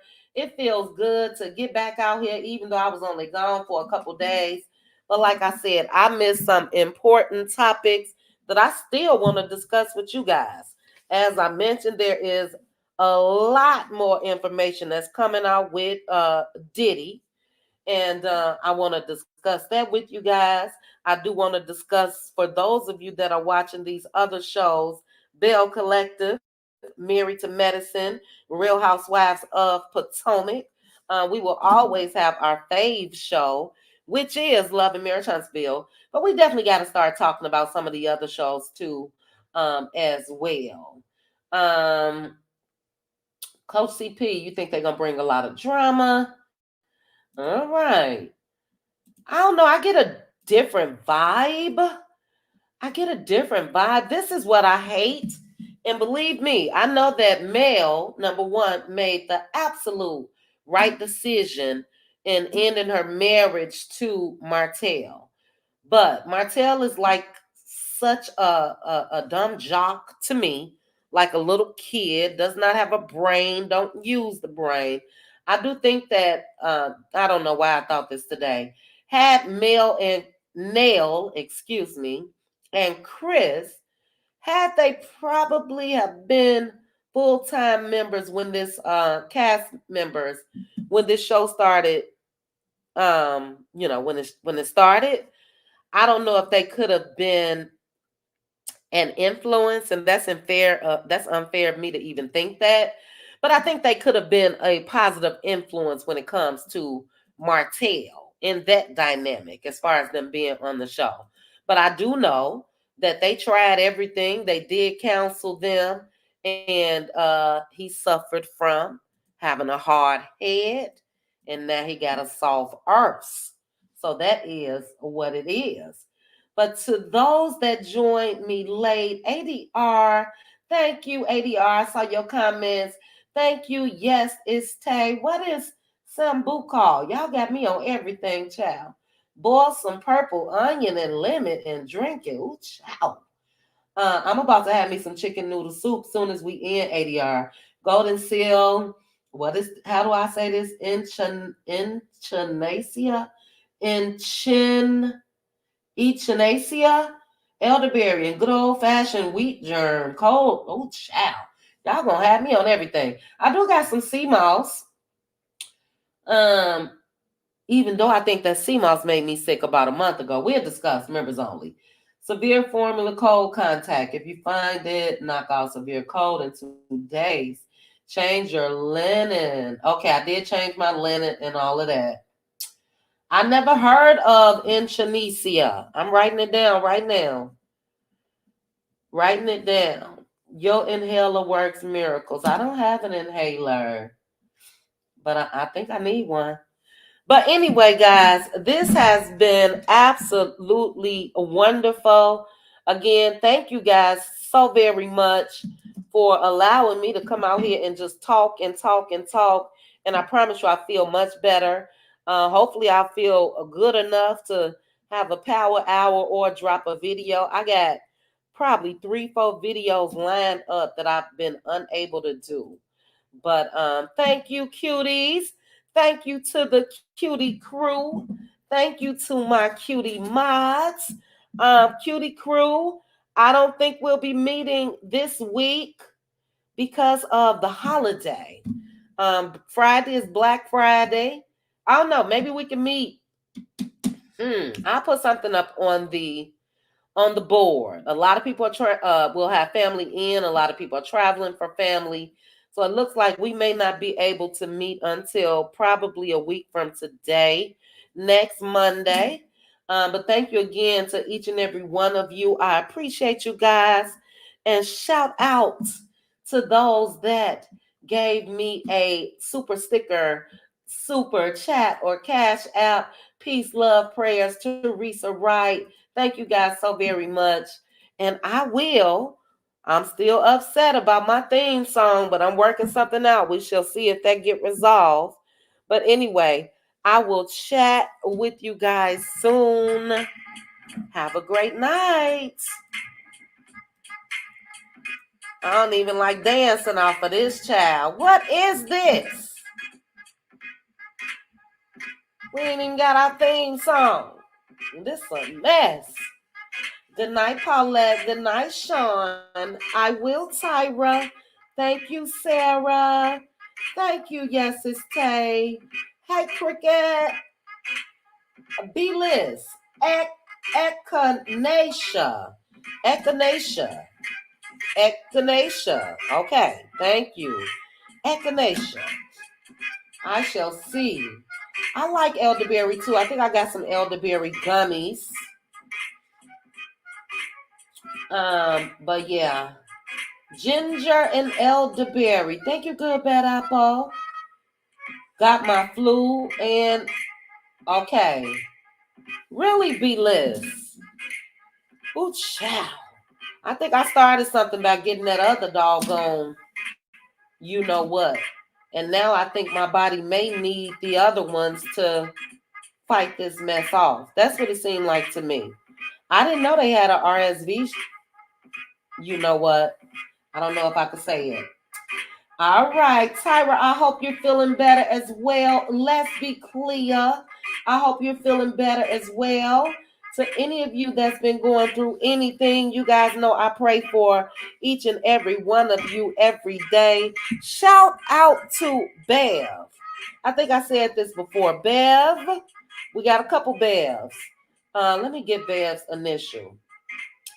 Bev sends me, Beverly G sends me she posted it. Inspirational posts and prayers and all of that every day. And thank you again, Beverly G, for that. Now look, before we go, those of you that's still here, let's take a listen to something real quick. Baby, I was waiting on her to post this, child. Hold on. Hold on. I want you guys to see this. Real quick, make sure to go to Melody Cherie's Instagram page. Child, I hope I don't get no doggone copyright. But if you guys did not hear Mel's new song, take a listen. Where is it? Now, how am I looking at it on my phone but not here? Real?